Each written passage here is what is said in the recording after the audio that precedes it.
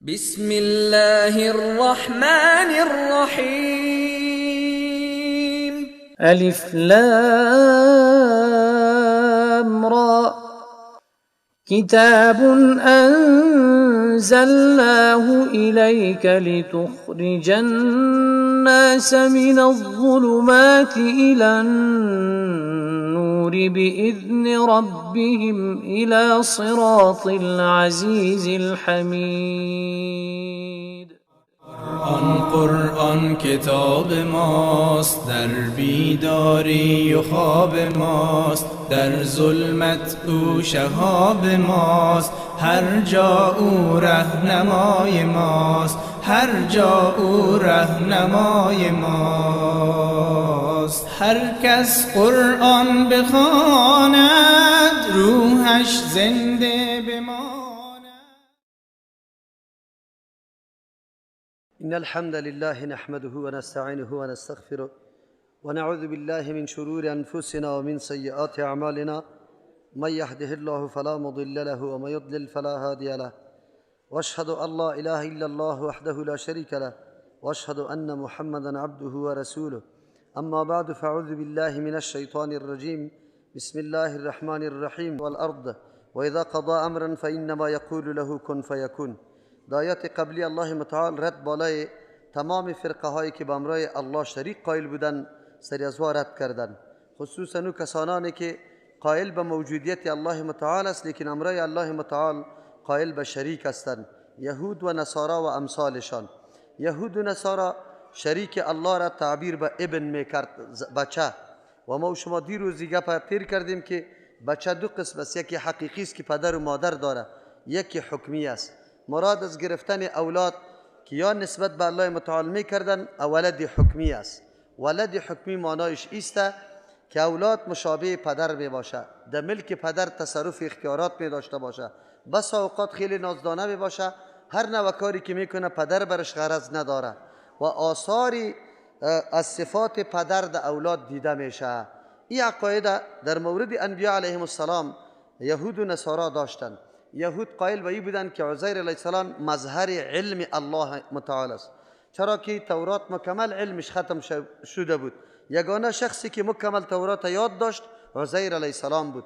از او خاطر بگفت که آثار صفت الله متعال در عزیر علیه السلام موجود است. از او خاطر ایره ابن الله میگفتند، یعنی کدام صفت خصوصی که برای پدر است در بچه موجود داره، از او خاطر ایره ابن الله میگفتند. عیسی علیه السلام چون توسط معجزات خود که الله متعال برش داده بود به اذن الله مرده را زنده میکرد، کور بینا میکرد و شکل جور میکرد، از یک جسد بعد از او میدمید به اذن الله زنده میشد. او را مظهر تصرف الله متعال میگفتند، یعنی الله متعال یک صفتش در عیسی علیه السلام هم دیده میشه. او مردم این تعبیرات به ابن میکردن، یعنی بچه الله، یعنی صفت پدر دیده میشه، نعوذ بالله. لیکن با تاسف در امت پیغمبر صلی الله علیه وسلم مردم ها ایره امی اولیای کرام به نام نازدانه ها یا کسی که برش بخشش داده شده، حصه داده شده، برخه ورکل شویده، دا کویشی چه اولادونه ورکانده، آلی هم مردم همی طور میگه این نازدانه است. یعنی الله متعال با وصف که قانونش خلاف است لیکن روی ازی قدر زیاد است که الله متعال نمیتونه روی ازی را برگردانه. این را به نام شفاعت قهری گفته میشه، یعنی به زور شفاعت کردن که الله راضی نباشه و او کار بکنه. الله متعال در اینجا رد کرد بالای کلگی. اول دلیل اجمالی بود، سبحانه، پاکی برای الله است. هر قسم عیب و نقصان نسبتش به الله مردود و باطل است. چرا؟ اگر الله معبود محتاج باشه دیگه او الله معبود شده نمیتونه. الله معبود ذاتی می باشه که از کل ناحیه مکمل به کسی محتاج نباشه، پوره و مکمل باشه. اگر ای به اولاد ضرورت داشته باشه، اولاد برای چی می باشه؟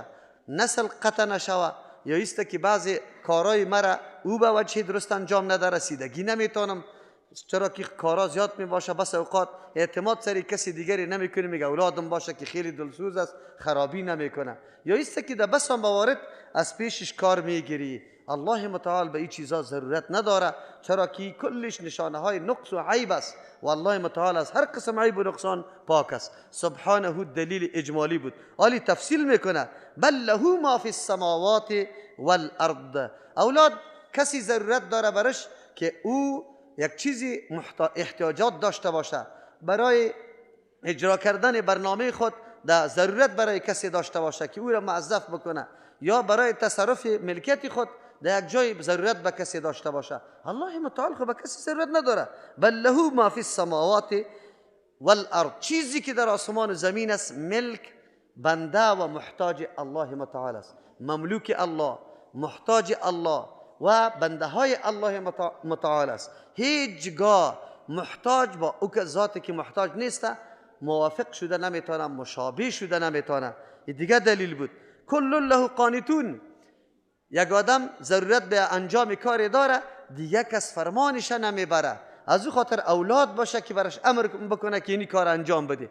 الله متعال به این طور کس ضرورت نداره. همه چیز که در کائنات است، از عرش گرفته تا فرش، از ملائک گرفته تا انس و جن، مکمل قانتون، تابعدار و فرمان الله متعال است. تابعداری دو قسم است، یکی تکوینی است، یکی تشریعی است. تابعداری تشریعی به اختیار تعلق داره که ما و شما مامور و مکلف میشیم، الله ما را مامور میسازه روزه بگیره، نماز بخوانه. یکی تکوینی است. تکوینی تابعداری برای کلگی حاصل است. الله متعال کدام قانون زندگی را که برای کسی مقرر کرده، برای چیزی مقرر کرده، از او حدود زندگی کسی برآمده نمیتونه. هر کس کی است به مو محدوده قانون الهی حرکت میکنه، به مو زندگی میکنه و تابع این نظام جبری الله متعال میباشه. الله میتونه کل مخلوق در شریعت و در اختیار هم تابع بسازه، لیکن کدام ثمره، کدام نتیجه که مرتب میشه، جنت و دوزخ مرتب میشه، این منافات با سلب اختیار میباشه. انسان اختیار نداشته باشه، باز تو را در یک مقام بلند بره یا تو را بگیره خیلی زیاد عذاب بده، این ظلم جور میشه. نه، معیار موجود باشه که اثر سر از او مرتب شود. از او خاطر بنده های خدا اختیار داده. قانتی که از نگاه تشریع می باشه او کسی است که مکمل تابعداری بندگی الله متعال است. او را باز قنوت شرعی میگه که در بعضی آیات ها بر ما و شما میآید. اینجا دیگه حالی دیگر رد میکنه و اذا قضا امرا فانما یقول له کن فیکون. با اولاد کی ضرورت داره؟ با اولاد کسی که نعوذ بالله او برنامه های خود در آینده تنظیم بکنه، آینده داشته باشه. پدر وفات میکنه، میراثی از او، بقای از او بعد موجود باشه، یک کسی که اونمو بقایایش او پیش ببره. الله خو هر چیزی که بخواد آنی واحد، هر چیز آماده است. ضرورت به نه زمان داره، نه اسباب و وسایل داره، نه در مواد خام داره. هر چیزی الله متعال فقط به فرمان است. الله که میخواه شی موجود شوه موجود است، میخواه معدوم شوه یا نیست که الله در یک شی بگویه که کن موجود شد. نه، فقط فرمان الله که تعلق میگیره به یک شی و شی موجود است، بدون از اینکه کلمه استعمال شوه که برش بگویه که کن. چرا که الله متعال انسان وقتی در شرک میکنه دوچار اشتباه میشه. هر جای همیشه که انسان غلطی و خطا میکنه علتش است که قیاس میکنه، عقل خدا در کار میپرته، عقل ناقص خدا دیستی الله را سری خود قیاس میکنه. چون برنامه های خودی خدا میبینه که بدون اولاد یا بدون کمک کننده دیگه تنظیم نمیشه، قدرت الله را سری خود قیاس کرده، فکر میکنه که البته الله ما میتور است. الله غیر است از مخلوق. الله صمد است، مخلوق محتاج است. الله صمد است، ضرورت و احتیاج به شریک قطعا نداره. پس توسط این آیت ها الله متعال رد بالای شرکت. اولی دیگه آیت ها میگه بدیع السماوات، بچه مبدع می باشه، به مثل پدر می باشه. خود کلی مردم میگه در خوی خاصیت اکثر اوقاتی طور است که بچه عیناً پدر واری می باشه، حتی در شکل، در صورت، در اخلاق، در گپ زدن، در صدا، بسیار امور مشترک می داشته باشه. الله متعال هیچ کس مشابه الله نیست. الله بدیع است، بدیع السماوات والارض. الله پیدا کننده بلا مثال آسمان ها و زمین است و اولاد مبدع است، اون با مثل پدر می باشه. اگر الله پدر می داشت، اولاد می داشت، نعوذ بالله، باز خیر الله بدیع نمی بود، به خاطر که مثال سابق موجود بوده باز یک شیء پیدا کرده. حالا که مثال سابق موجود نبوده ایره پیدا کرده. در این آیت هم رد بالای همین شرک میکنه. بدیع السماوات والارض، الله پیدا کننده آسمان ها و زمین است، یعنی به مثال سابق آسمان ها و زمینه و کل کائنات پیدا کرده، مثال سابق نداشته. رد میکنه بالای تصورات غلط انسانی. انسان همیشه اگر آخرت این کار میکنه میگه من چی میشم؟ تو پاشان میشم، خاک میشم، در شکم حیوانات میرم، در بطن ماهی میرم، مرا آتش میسوزنه، چه قسم پس زنده شوم؟ بیچاره اینطور فکر میکنه که یک انسان است نعوذ بالله، پس ایره ترکیب میده و اینطور گوشت و پوست و استخوان برش میده. خبر نداره تو کی بودی؟ تو ذرات بودی، همین ذرات خاک بودی. تمام انرژی اینمی خاک است که در بوته ها و در دانه ها یک جا شد. بعد از او انرژی نطفه پیدا شد در چی؟ در وجود شوهر و زن. بعد از او ترکیب پیدا کرد. پس از او الله تو را یک انسان عجیب، مخلوق عجیب پیدا کرد که امروز لاف میزنی که من اینطور میکنم اینطور میکنم. و انسان چرا تصور ناقص داری؟ ابتدای خود یک نظر بکن. انکار همیشه که انسان انکار میکنه علتی چیسته؟ سرچشمه انکارش همیسته که قدرت الله را سر خود قیاس کرده و سر خود نعوذ بالله اندازه کرده، مثل که ای ناتوان است، نسبت ناتوانی را نعوذ بالله به الله میکنه و دچار اشتباهات و شرک و نعوذ بالله انکار از میعاد و آخرت میکنه. از او خاطر انسان هیچگاه قیاس نکنه. در تقدیر که کسی مثلا سوالات برش پیدا میشه، علتش است که او قیاس میکنه الله را سر خود. در صفات الله که برش اشتباه پیدا میشه، در صفات الله که تاویلات میکنه، به می خاطر که الله را سر خود قیاس میکنه، اشتباه در دلش پیدا میشه. و ید، دست، موارد دست، این خود جسم شد، این خود جز شد برای بدن. الله خود جز نداره، تو الله را سر خود چرا قیاس میکنی که دست الله را به مثل دست خود فکر میکنی؟ لیس کمثله شیء، الله به مثل الله هیچ چیز نیست که تو او را سرش قیاس بکنی. حتی علمای بزرگ ببینی در مسئله تاویل صفات، علمای بزرگ جیل و طایفه بزرگ اهل سنت والجماعت، اشعری و ماتریدی، مجموعه در تاویل صفات الله خطا شده، صفات الله را تاویل میکنه. علت چیست؟ اشتباه در قلب است، مرض در قلب است. قلبی توی تو فکر میکنی که اگر ما بگویم که الله ساق داره، الله عین داره، الله دست داره، الله نزول میکنه، الله چیست نظر میکنه، الله فوق است، فکر میکنی که مستم نعوذ بالله. الله طوری نیست، لیس کمثله شیء. از او خاطر هیچ وقت صفات الله را سر خود قیاس نکو، در او تاویلات نکو. در بدعتی که ما شما میگیم هم از همین کلمه استعمال گرفته شده، یعنی پیدا کردن یک شی که مثال سابق یا دلیل سابق نداشته باشه، او را بدعت میگه. تعریفات متنوع و مختلف علمای کرام برای بدعت کرده، اما بهترین تعریف خود رسول الله صلی الله علیه و سلم در حدیث ام المؤمنین عایشه رضی الله عنها میگه: من احدث فی امرنا هذا ما لیس منه فهو رد. این مکمل تعریف جامع و مانع بدعت است. من احدث، هر کس کی باشه، ملا باشه، پیر باشه، سید باشه، خوجه باشه، مولوی باشه، هر کس کی باشه، هر کس کی پیدا کنه، عالم برجسته و بزرگ باشه، یک کار پیدا کنه در دین، احداث کنه، پیدا کنه، جدید ایجاد کنه، فی امرنا، در دین ما، او از دین نیست، تو گرفتی او را در دین داخل کردی.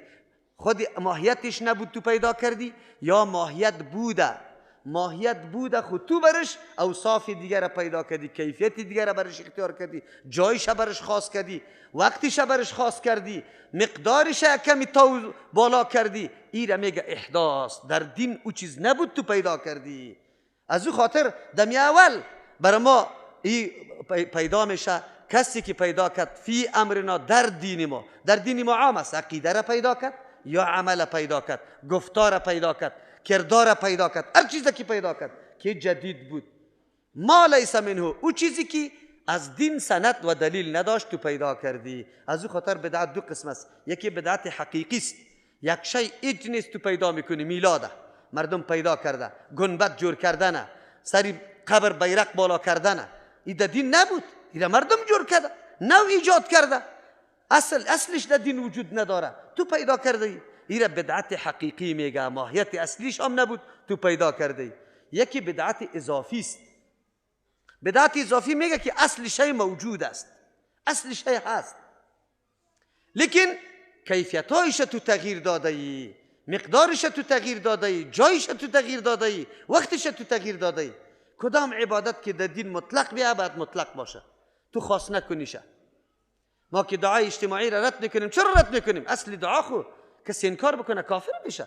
ادعونی استجب لکم، الله برای ما امر کرده همیشه باید انسان به الله دعا بکنه. همین مردم امیره میگه دعا بد است، ولی ما میگیم بد نیست. الله برات گفته ادعونی است، هر وقت مرا دعا کنی. تو چرا خاص کردی پشتی نماز؟ خاص کردی پشتی نمازه یا پشتی سنت؟ اگر تو واقعا دعا میکنی، خود رسول الله میگه که پس از فرض دعا اقرب الی الاجابت است، او دعای انسان رد نمیشه که پس از فرض میکنی. چرا در پشتی سنت میکنی؟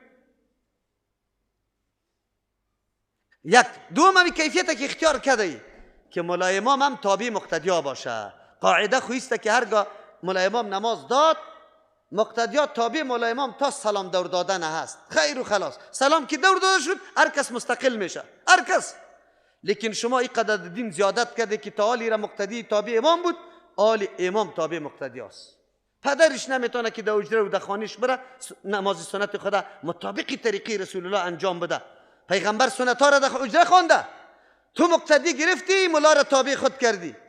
ملا قرآن زیاد یاد داره، وقت هم زیاد داره، نه طعام به خود تیار میکنه نه کدام کاری دیگه داره. میره در اجره خود عما یتساءلون را شروع میکنه در رکعت، بسته سپاره را میخونه در 2 رکعت سنت نفل، در 2 رکعت سنت شام، اونجا به خود میخونه تا که تو برش نوبت میاری، وقت داره. لیکن تو را خاص کرده در این اینا، ملا را بند کرده یوجا، رفته نمیتونه. یک دعا که میکنه 100 دانه بدعت دی پیدا میشه، 100 دانه خرابی پیدا میشه. خیر و برکت در تابعداری رسول الله صلی الله علیه و سلم است. تو گرفتی ملا را عام کردی جای به جای، کل سنت رسول الله را ترک کردی، کل مقتدیا. تو را به الله قسم تو عالم هم هستی، قسم برش بدی ای عالمه، بگو رسول الله چند دفعه در سنت خود در مسجد خوانده؟ 2 مرتبه یا 3 مرتبه. و او را طوری خوانده که یک صحابیم در مسجد باقی نمانده. پیغمبر سنت دراز کرده. تو چرا عملی دائمی پیغمبر که در و برات میگم که لا تجعلوا بیوتکم مقابر. دیگه جای برات میگه که چیست؟ شما خاص نکنی، شما نمازایتان کلش در مسجد نگردانه، بلکه یک حصه را در چی بده؟ در خانه ها بده. در کل عمر توی سنت رسول الله فرمان پیغمبر ترک کرده، بدعت ایجاد کرده به نام دعای اجتماعی. این کجاست؟ کدام دین هستی؟ دعای تو خیلی اهمیت داشت یا دعای پیغمبر؟ آمینگوی تو خیلی قدر و قیمت داره یا آمینگوی رسول الله؟ کدامش؟ بگو. دین فهمیدن دین این گپ یادی نیست که یک آدم دین بفهمه. شما باور به الله بکنید، ملاست به الله قسم اگر دین فهمیده باشه که دین چی را میگه. خوش البته میگم یه عقل هر چیزی را خب گفت اونم دین است. به عقل تو دین نمیشه. دین از رسول الله صلی الله علیه و سلم نقشه داده شده، مطابق از اون باید دین انجام بدیم. این نکته بسیار مهم نکته است که هر قدر خوری و زحمت بکشی از نقشه پیغمبر که تغییر آوردی، بسیار اخلاص داشته باشی، گریان کو، بسیار عظمت الله را داشته باش، لیکن که نقشه پیغمبر را تغییر دادی، او عبادت الله قبول نمیکنه. چرا؟ پیغمبر است، چرا روان کرده. والا دعا که بجمع شو خب قبول میشه. رسول الله نمیفهمید، تو میفهمی، پیغمبر نمیفهمید. وی ده استسقا دعا کرده. او بدبخت تو نمیفهمی که ده استسقا دعا کرد، خود سری تو دلیل شد، برای تو دلیل نشد، سری تو دلیل شد. رسول الله استسقا را 1 دفعه 2 دفعه 10 دفعه کرده. وقتی دست بالا کرده دعای اجتماعی کرده، صحابی نقل کرده که رسول الله در فلان مقام این قسم دعا کرد. 34,000 نماز تقریبا رسول الله قطع صحابه خوانده. یک صحابی بگویه که پیغمبر این تو دور خورد، این تو دستی خدا بالا کرد، اینی دعا را کرد. چرا نکرد می قدر عمر؟ تو چه قسم خدا از پیغمبر کده بالا میترشی؟ امروز امامت ها نیست، امروز تابعداری رسول الله نیست، کلش مخالفت های سنت پیغمبر صلی الله علیه و سلم است. مقتدی های تسبیحات حیات نداره، اذکار حیات نداره. تو را بالله قسم برو، من میایم امتحاناً در مسجد از مردم سوال میکنم همین تسبیحات سبحان الله و الحمدلله را یاد داره یا نه؟ همین را برات میگم. در بدر کرده، مردم در بدعت ها مبتلا کرده، کل عمر سنت های پیغمبر را ترک کرده، تابعداری پیغمبر را ترک کرده، مقام و منزلت رسول الله را نشناخته که ما تابع کیستیم. دین تابع خود کرده مردم در دنبال خود. کدام بدعتان است که امروز نمیشه؟ سلام دور داده نشده باشه، در جای به جای در اونجا 2 رکعت سنت خوانده میشه. این در کدام دین است؟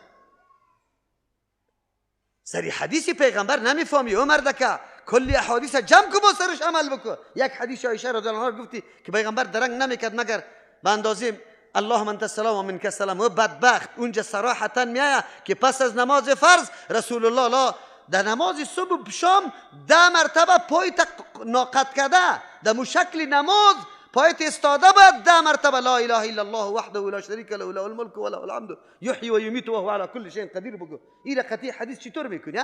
و بدبخت تو عالم هستی.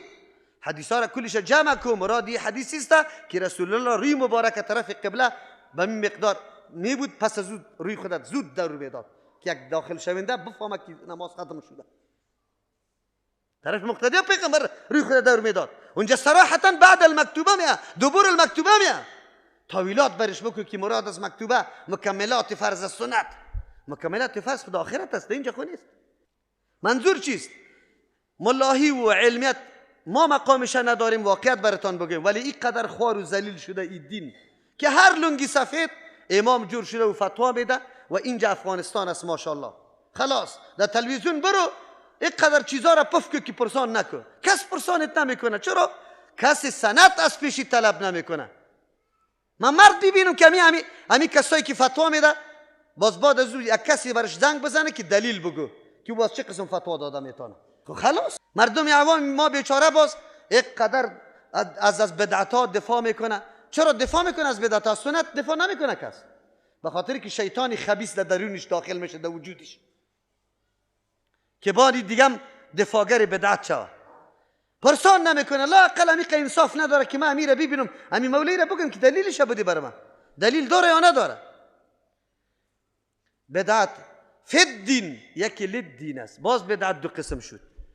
یکی در دین یک چیز ایجاد کردن است، یکی برای دین که او را دین نمیشماری، وسیله و ذریعه برای اجرای دین میشماری. او بد نیست، او مذموم نیست.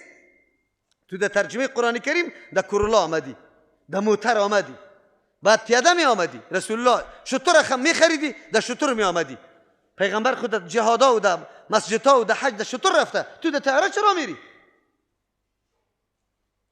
پیغمبر در یک مسجدی که از شاخهای خرما چپری جور شده بود، زیرش خمرک بود، در سری خمرک سجده میکرد. تو سری قالینایی که تالی را گرد سرش ننشسته سجده مانده رایستی.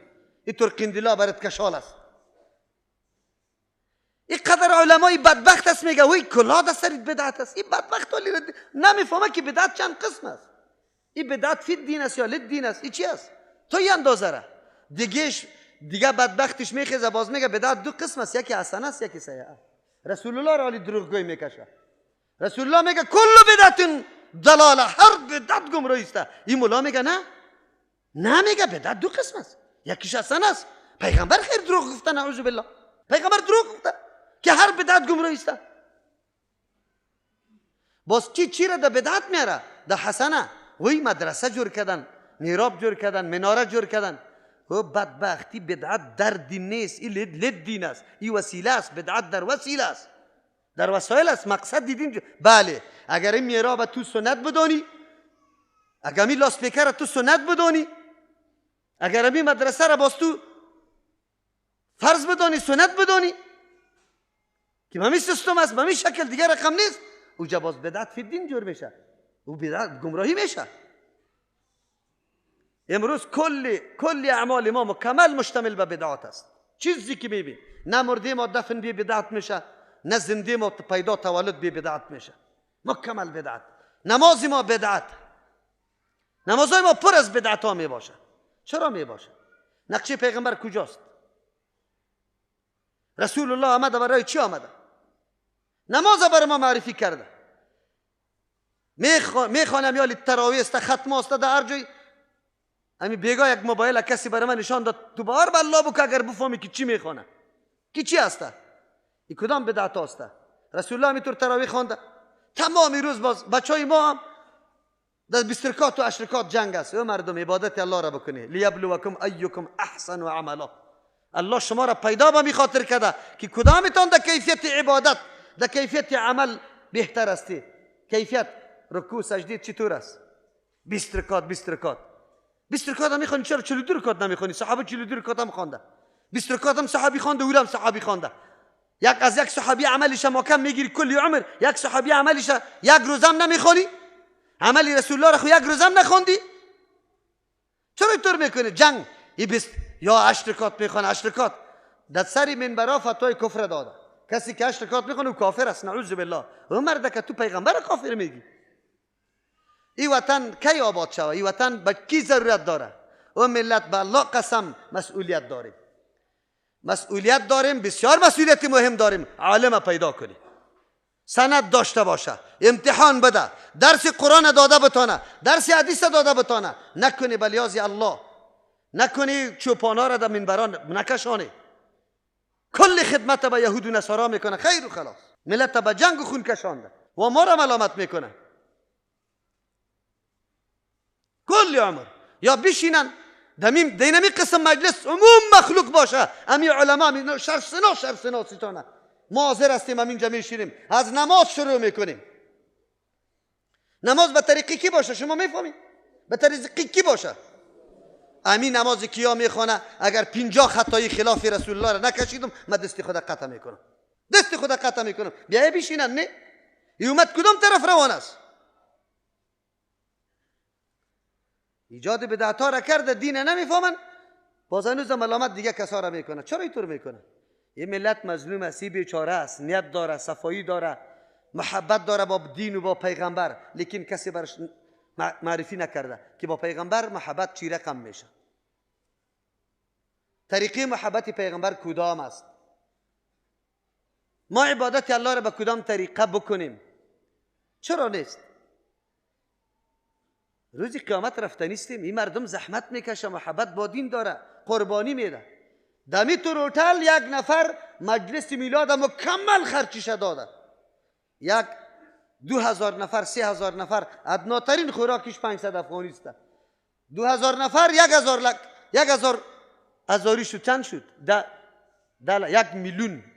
1 میلیون روپیه مصرف کرده. 1 میلیون به خاطر ایجاد میلاد، به خاطر مجلس میلاد مصرف میکنه.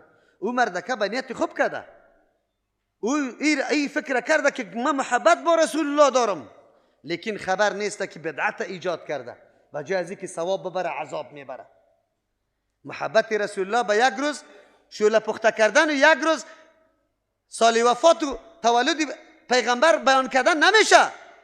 سیرت رسول الله قرآن است، عمل به قرآن کریم است. کل عمر 23 سال زندگی رسول الله سیرت رسول الله است و 23 سال زندگی رسول الله مکمل نقشه عملی کیست؟ قرآن کریم. نقشه چیست؟ بگوی نقشه عملی قرآن کریم است. این سیرت میگه، این سیرت است. این مردم فریب میده. این مردم کنفرانسی سیرت، کنفرانسی سیرت. تاریخ جنگا را بگو. صلح حدیبیه در این قدر شد، فتح مکه در این قدر سال شد. این سیرت نیست. سیرت زندگی رسول الله را میگه، زندگی عملی پیغمبر. زندگی عملی پیغمبر تشریح کتاب الله است. در 23 سال شده، در 23 سال. مردم فریب نده. خود معرفی میکنی نماینده دین، دلسوزی دین. یک روز درس قرآن نگفتی، یک روز درس حدیث نگفتی، یک روز حدیثی که در مورد نماز است تو را به الله قسم عالم کدام روز به دلسوزی برای مردم که تو باش همی حدیث پیغمبر یا بشنوه که مطابق حدیث پیغمبر نماز بخونه، کدام روز بیان کردی؟ همی دلسوزی در سر ملت کردی؟ لیکن وقتی که بیچارگک از ناحیه دیگه خبر میشه، سنت پیغمبر عملی میکنه، پیش تو میاد، از تو سوال میکنی، تو گنگوله میشی، یا مردم هم میگی که ایجا مذهبی حنفی میچله بزنیشه نمانیشه. دکتراها فتوا میده. یک نفر محبوبیت رسول الله در دلش است، بیر از کجا؟ کتاب پیدا کرده، کتاب مطالعه کرده. و مولی سیب اینجا خود در قومه اینجا دعای دیگه آمده، حمدن کثیرا طیبا مبارکا فی اینجا آمده، در بین سجدات آمده رب اغفر لی رب اغفر لی اللهم اغفر لی وارحمنی. ایره در سجدات دیگه دعا آمده، ایره ما بخونم. این در مذهب ما نیست، در مذهب ما نیست. یا انشاء الله رفته نیست در بارگاه الله متعال. الله متعال از پیشان سوال میکنه مسئولیتی تا ادا کردی یا نه؟ مسئولیتی تا ادا کردی؟ چیزی که یاد داشتی؟ استادها در تمام فن، مستری در فن خود سر شاگرد خود قدر کوشش میکنه. شاگرد از آینگری در موتر میباشه، شاگردش از او که در قابل میشه. مستری ماشین میباشه، شاگردش از او که در قابل میباشه. کوشش میکنه که شاگرد یک چیز یاد بگیره. ولی این علمای ما بجز از پنهان کردن حق و حقایق، ملت در تاریکی نگاه کردن، فقط شکار خود کرده برو. ملت نگو که سرساعت چی وقت واجب میشه و به چی چیز واجب میشه. براتان گفته مردم، کدام ملا در سر منبر براتان گفت که اصل در حدیث دادن خوراک است. اینی چیزا در حدیث آمده، قیمت صحیح نمیشه تا وقتی که ضرورت نباشه. براتان گفته. و کی داده شو؟ پیغمبر کی داده؟ در اولی رمضان و لیست جور کرده می باشه. اولادای چند دانه است، پیسی تا جمع کرده رایسته. خو اینمی مردم نیست. اینمی مردم همین رقم ملا به دردش میخوره. ملای دلسوز به این مردم به درد نمیخوره. ملایی که حق بگه برای این مردم به درد نمیخوره. ملایی که در تلاش ازی باشه که مردم ثواب زیاد ببره به این مردم به درد نمیخوره. این مردم فقط جیبش بکن، در سرش بزن او خب همینطور پچک کشه، باز از زیر صدا میکنه که ملای مذهبی قربانت شو، پای تبوسه میکنه، پای تبوسه میکنه. تو که هر قدر خارج زحمت کنی نیست انگلیس هستی. تو انگلیس هستی. چه انگلیس هستی؟ چرا اولادش در قرآن دعوت میدی؟ چرا خانوادهش در حدیث دعوت میدی؟ به دین دعوت میدی؟ این عالماست. دو قسم بدعت، دو تقسیم: بدعت حقیقی، اضافی. بدعت حقیقی کم میباشه، بدعت اضافی اینقدر هست که در خیرات جای خاص کردن. ما نمیگیم پشت مرده خیرات نمیشه. کی میگه؟ یگانه چیزی که با مرده میرسه یکی حج و عمره است، یکی خیرات و صدقات است. لیکن خیرات و صدقات چی را میگه؟ هر چیزی که تو داری، چیزی خوب خصوصا به محبوب، او را در راه الله در مستحقش دادن، این را خیرات میگه. اگر این امروز مردید شده تو یه امروز امیر میدی انوز خوب است. چرا مردکه وقت خود کمی خلاص شود از عذاب الله. لیکن تو جناب به درغه را خاص کردی، جنازه را ماندی، خانواده میت به جای از اینکه نماز سری پدری خود بخونه میره طرف دکانا میدوه. کدام طعام باز پخته میکنی؟ شام چرا پخته میکنی؟ دیگر خو اینجا 10 دانه یتیما در گرد خانه تا گرفته بود، تو یک روپه را بیرون نکشیدی، بگاه باز پلو بار کردی آجی صاحب و وکیل صاحب طلب میکنی. ماندی در روز جمعه میکنی. چرا؟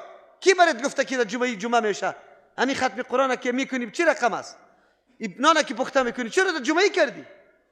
چرا در چلی کردی؟ چرا در سلپورگی کردی؟ خیرات بود، صدقات بود، به پدرت میدادی.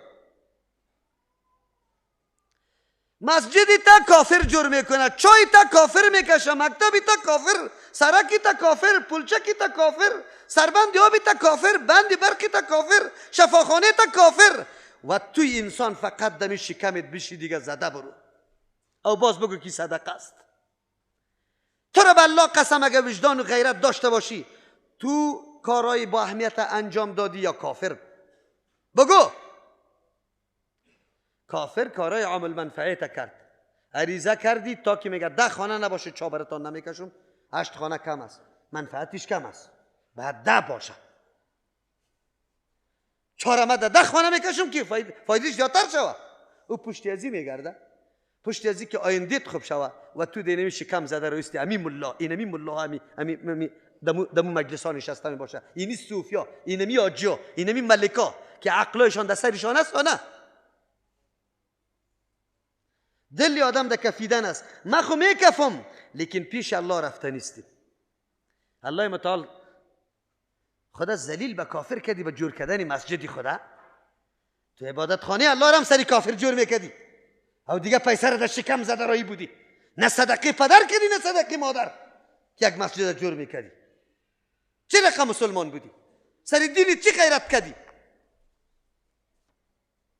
این مولا را خوب بگوی همین چی طور است؟ این پیغمبر بیت المال و مال غنیمت خیلی زیاد آمده، کدام روز دیگار بار کرد؟ یا اونجا موظف بود؟ اینی مجاهد است، کل عمرش در سنگر است، خانوادهش تنبیل شود. اینی عالم است، تدریس میکنه، خانوادهش تعلیم میشود. اینی خلیفه مسلمان است. ابوبکر رضی الله عنه به قدر کفاف نمیگرفت، عمر رضی الله عنه به قدر کفاف از بیت المال نمیگرفت. ملا امام امروز تابع مقتدی آرام خور کرد، قمارباز در سر منبر در عمر در مورد قمار گپ نمیزنه، در کل عمر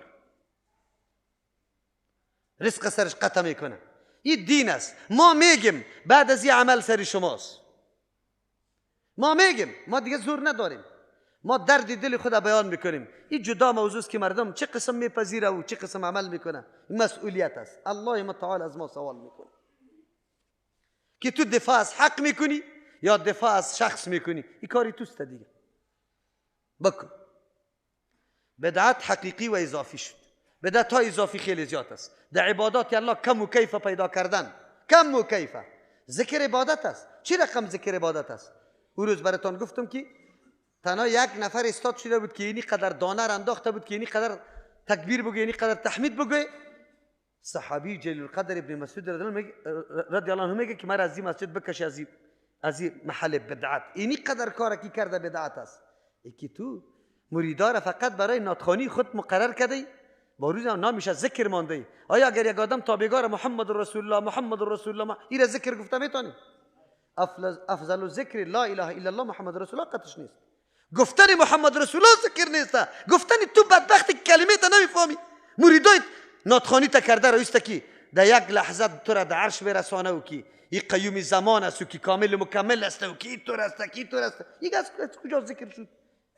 این رقصا را که کرده رویسته، عبادت الله را توهین میکنه. این مسجد الله را رقص در این هتل سر ما ناروا میگی، میگه ترجمه اینجا نشه به خاطر که اینجا رقص شده. این را ناروا میگی. در مسجد الله که تو رقص میکنی ناروا نیست؟ خو این مردم الله عقلش گرفته، نمیفهمه. یک مرد پیدا نشد که داخل نشد که اینجا رقصخانه است یا نه، که این محل عبادت الله است. مرد در نماز اینطور در دست بالا کردن هم نمیمونی که تو خشوع را خراب میکنی. این عبادت الله خمره خشوع میشه. این شما که قرتک میزنی، این که خیز میزنی، که چرخک میزنی، این از کجا پیدا شده؟ این کدام دین است؟ رفع الیدین میگه که سکون در نماز نیست، مثل دنبی از پا واریسته. این تو که توری میکنی، این طور میکنی، چنگ و خم میکنی، این کدام عبادت است؟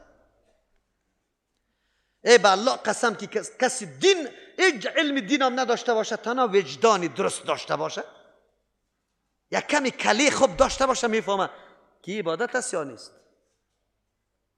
این ریشا، این از لنگیای سفید ایمنمی بدبخت ها دمو مجالس نشسته می باشه به نام عبادت، به نام ازی که ما ثواب بردیم. امروز میلاد النبی همو کلیپا را ببینی و رقصا و خواندنا را خو ببینی. یک کمی خجالت به الله خو بکشیم که عبادت خانه الله به چی ما بدل شده امروز؟ مسجد نبوی چی رسالت داشت؟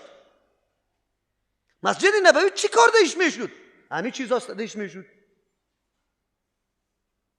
مسجد نبوی کتاب الله تدریس میشد، حدیث پیغمبر تدریس میشد، اصحاب صفه بود. امروز در مساجد ما رقصا میشه و وا ملای مذهبی است، وا ملای معتبر است. پیروی کنی ان شاء الله، به جز از جهنم رایتان دیگر نیست. بروی راه رسول الله را ترک کنی، راه رسول الله را نشناسی، رسول الله را خودش نشناسی، حدیثش نشناسی، مرکزش نمانی، ان شاء الله آخرین جایگاهتان جهنم است. اذا کان الغراب دلیل قوم سیهدیهم سبیل الهالکین. راه هلاکت براتان راهنمایی کرده رویست. الله پیغمبری خود برای رهبری روان کرده، لیکن تو رهبر نجور نکدیشه. طریقه ها و تعلیمات رسول الله را در پشت سر انداختی، نه در خوراکید، نه در نوشاکید، نه در خوابید، نه در رفتارید، نه در گفتارید، نه در عبادتید، در هیچ چیز از رسول الله آگاهی نداری. دنبال رسم و رواج و عنعنات رفته رویستی، باز میگی من مسلمان هستم. خب تو باز خوب در جنت میری. الله پیغمبری خدا به این خاطر روان کرده بود که عنعنات پیش کو، رواج پیش کو، قدامت ها را پیش کرده رویسته. قدامت داره. بدیع السماوات به مثال به مثال سابق پیدا کننده آسمان ها و زمین است والارض از زمین است. و اذا قضا زمانی که فیصله میکنه الله متعال امرن از کاری را فانما یقول یقینا الله میگوید برای کار، یعنی وقتی الله اراده میکنه از گفتن که موجود شوه کن موجود شو فیکون موجود میشه، الله ضرورت به اولاد چی داره؟ هیچ نیاز نداره، نه به وسیله نه به کسی. وقال الذين لا يعلمون لولا يكلمنا الله. تالی را گپ در سر توحید الله میچرخید. به امرای الله بیا اینقدر ظلم کردن که به الله نعوذ بالله نازدانه و ولد قائل شدن. الله رد کرد سرشان. اینقدر ظلم و جفا. معبودی بر حق تو نعوذ بالله ناقص و عیبدار بدان که ضرورت به نازدانه و اولاد داره. او خو معبودی بر حق است. الحمدلله کل صفتای کمال مخصوص از اوست. آلی طعن بر رسالت میگفتن، رسالت پیغمبر قبول نمیکنه. چرا؟ به خاطری که کدام معجزه که ما میخوایم باز امو معجزه بیایه. چرا الله خودش قطع ما سخن نمیگه؟ خود توی قدر قیمت پیدا کردی. برای اثبات رسالت معجزه بکار است. معجزه امو امری را میگه که کل مخلوق از آوردنش عاجز است. فقط پیغمبر آورده، الله آورده به دست پیغمبر. و معجزه به خاطر میگه که کل مخلوق دیگه از آوردنش عاجز است. مدعی نبوت امر خلاف عادت آورده، کلگی از پیش عاجز است. بس کفایت کرد دیگه، چی ضرورت است؟ قرآن معجزه بزرگ پیغمبر چلنج داده رئیس خودش. ضرورت به موجودیت و حیات پیغمبر هم نداره که رسول الله باشه باز مردم اخطار و چلنج بده. خود کتاب الله چلنج داده رئیس، تا روز قیامت چلنج داده رئیس. با مثل یک آیت قرآن کریم جور کنی. بس است اگر کسی پشت حق طلبی میگرده حقیقت برش واضح است. این طور معجزه نیست که تنها تو را دعوت داد آلی یک دفعه تو داخل ازی داخل شو مطالب این کتاب الله را مطالعه بکو که دل و جان تو را مکمل متاثر بسازه. باز کشیده نمیتونی خدا. کسی که به دشمنی آمده مطالعه قرآن کرده باز نتانسته که بدون تاثیر قرآن برای تا که اعتراف به حقانیت کلام نکنه. مستشرقینی که معذف شده از طرف کفار برای از اینکه انتقاد سر اسلام بکنه به خاطر به مجردی که مطالعه قرآن در پیش گرفته باز دیگه نتانسته که پس سر قرآن انتقاد کنه. تسلیم به قرآن شده. این طور کتاب است، این طور معجزه است. خیر این طور معجزه موجود است، تو باز دیگه چی رو طلب میکنی؟ دلت که در ایمان آوردن نمیشه، این بهانه طلبی و بهانه جویی میشه. این بهانه جویی نمیشه. الله متعال مذمت و بدی از واره بیان میکنه. بس اوقات یک تعداد دوستا دلش به عملی کردن سنت رسول الله نمی باشه، باز گاهی این طرف خدا میزنه گاهی طرف رقم انتقادات دور و دراز از دیگه طرف میکنه. والا سلفیا خوب مردم هسته. خو یکی شدیدم بسیار گستاخ بود. خو یک فرد است، یک فرد خود کلی مذاهب زنا میکنه، شرابم میخوره، توسط از اون نظام بدنام شد. نظام بد است. وقال الذين گفتن کسانی که لا یعلمون که علم نداشتن. مراد از مشرکین مکه است یا است که عام است. خدا یهود نصارا مشرکین مکه لولا یکلمون الله، چرا کلام نمیکنه سخن نمیگه امرای ما الله متعال درباره رسالتی توی پیغمبر علیه السلام او تأتینا آیه، چرا نمیه بر ما معجزه که ما فرمایش میدیم. او چیزی را که ما میگیم او چرا بر ما نمیه؟ و یا الله خودش کلام بکنه که تو رسول هستی. خب مقام و منزلتی از یا اینقدر بالاست که الله یا قطعش سخن بگه که فلانی پیغمبر است، یا کدام معجزه که وا طلب داره. هر کس از خود طلب داره. من میگم نه ای کوی پغمان اما کمال طلا جور کو که مردم دیگه اینجا قصرهای طلایی جور بکنه. دیگهش میگه نه کوی پغمان از بین ببر، یک دشت و بیابان شوه، اینجا یک دم آب پیدا شوه که زراعت ها زیاد شوه. هر کس بری خود علایده معجزه را طلب کرده رایی باشه. الله چی میفرماید؟ کذالک قال الذین من قبلهم، اینمی قسم گفته بود کسانی که پیش از یا بودن. انبیاء علیهم السلام سابقه را امی مردم ها امی قسم پیشنهاد کرده بودن. شعیب علیه السلام، صالح علیه السلام نکرد پیشنهاد. قوم صالح علیه السلام گفت از اینی سنگ شطوری که 10 ماه حامله باشه باید برآمد. پیغمبر دعا کرد اون معجزه برآمد. این معجزه ها طلب یا پیشنهاد کلگی بوده، پیشنهاد میکردن.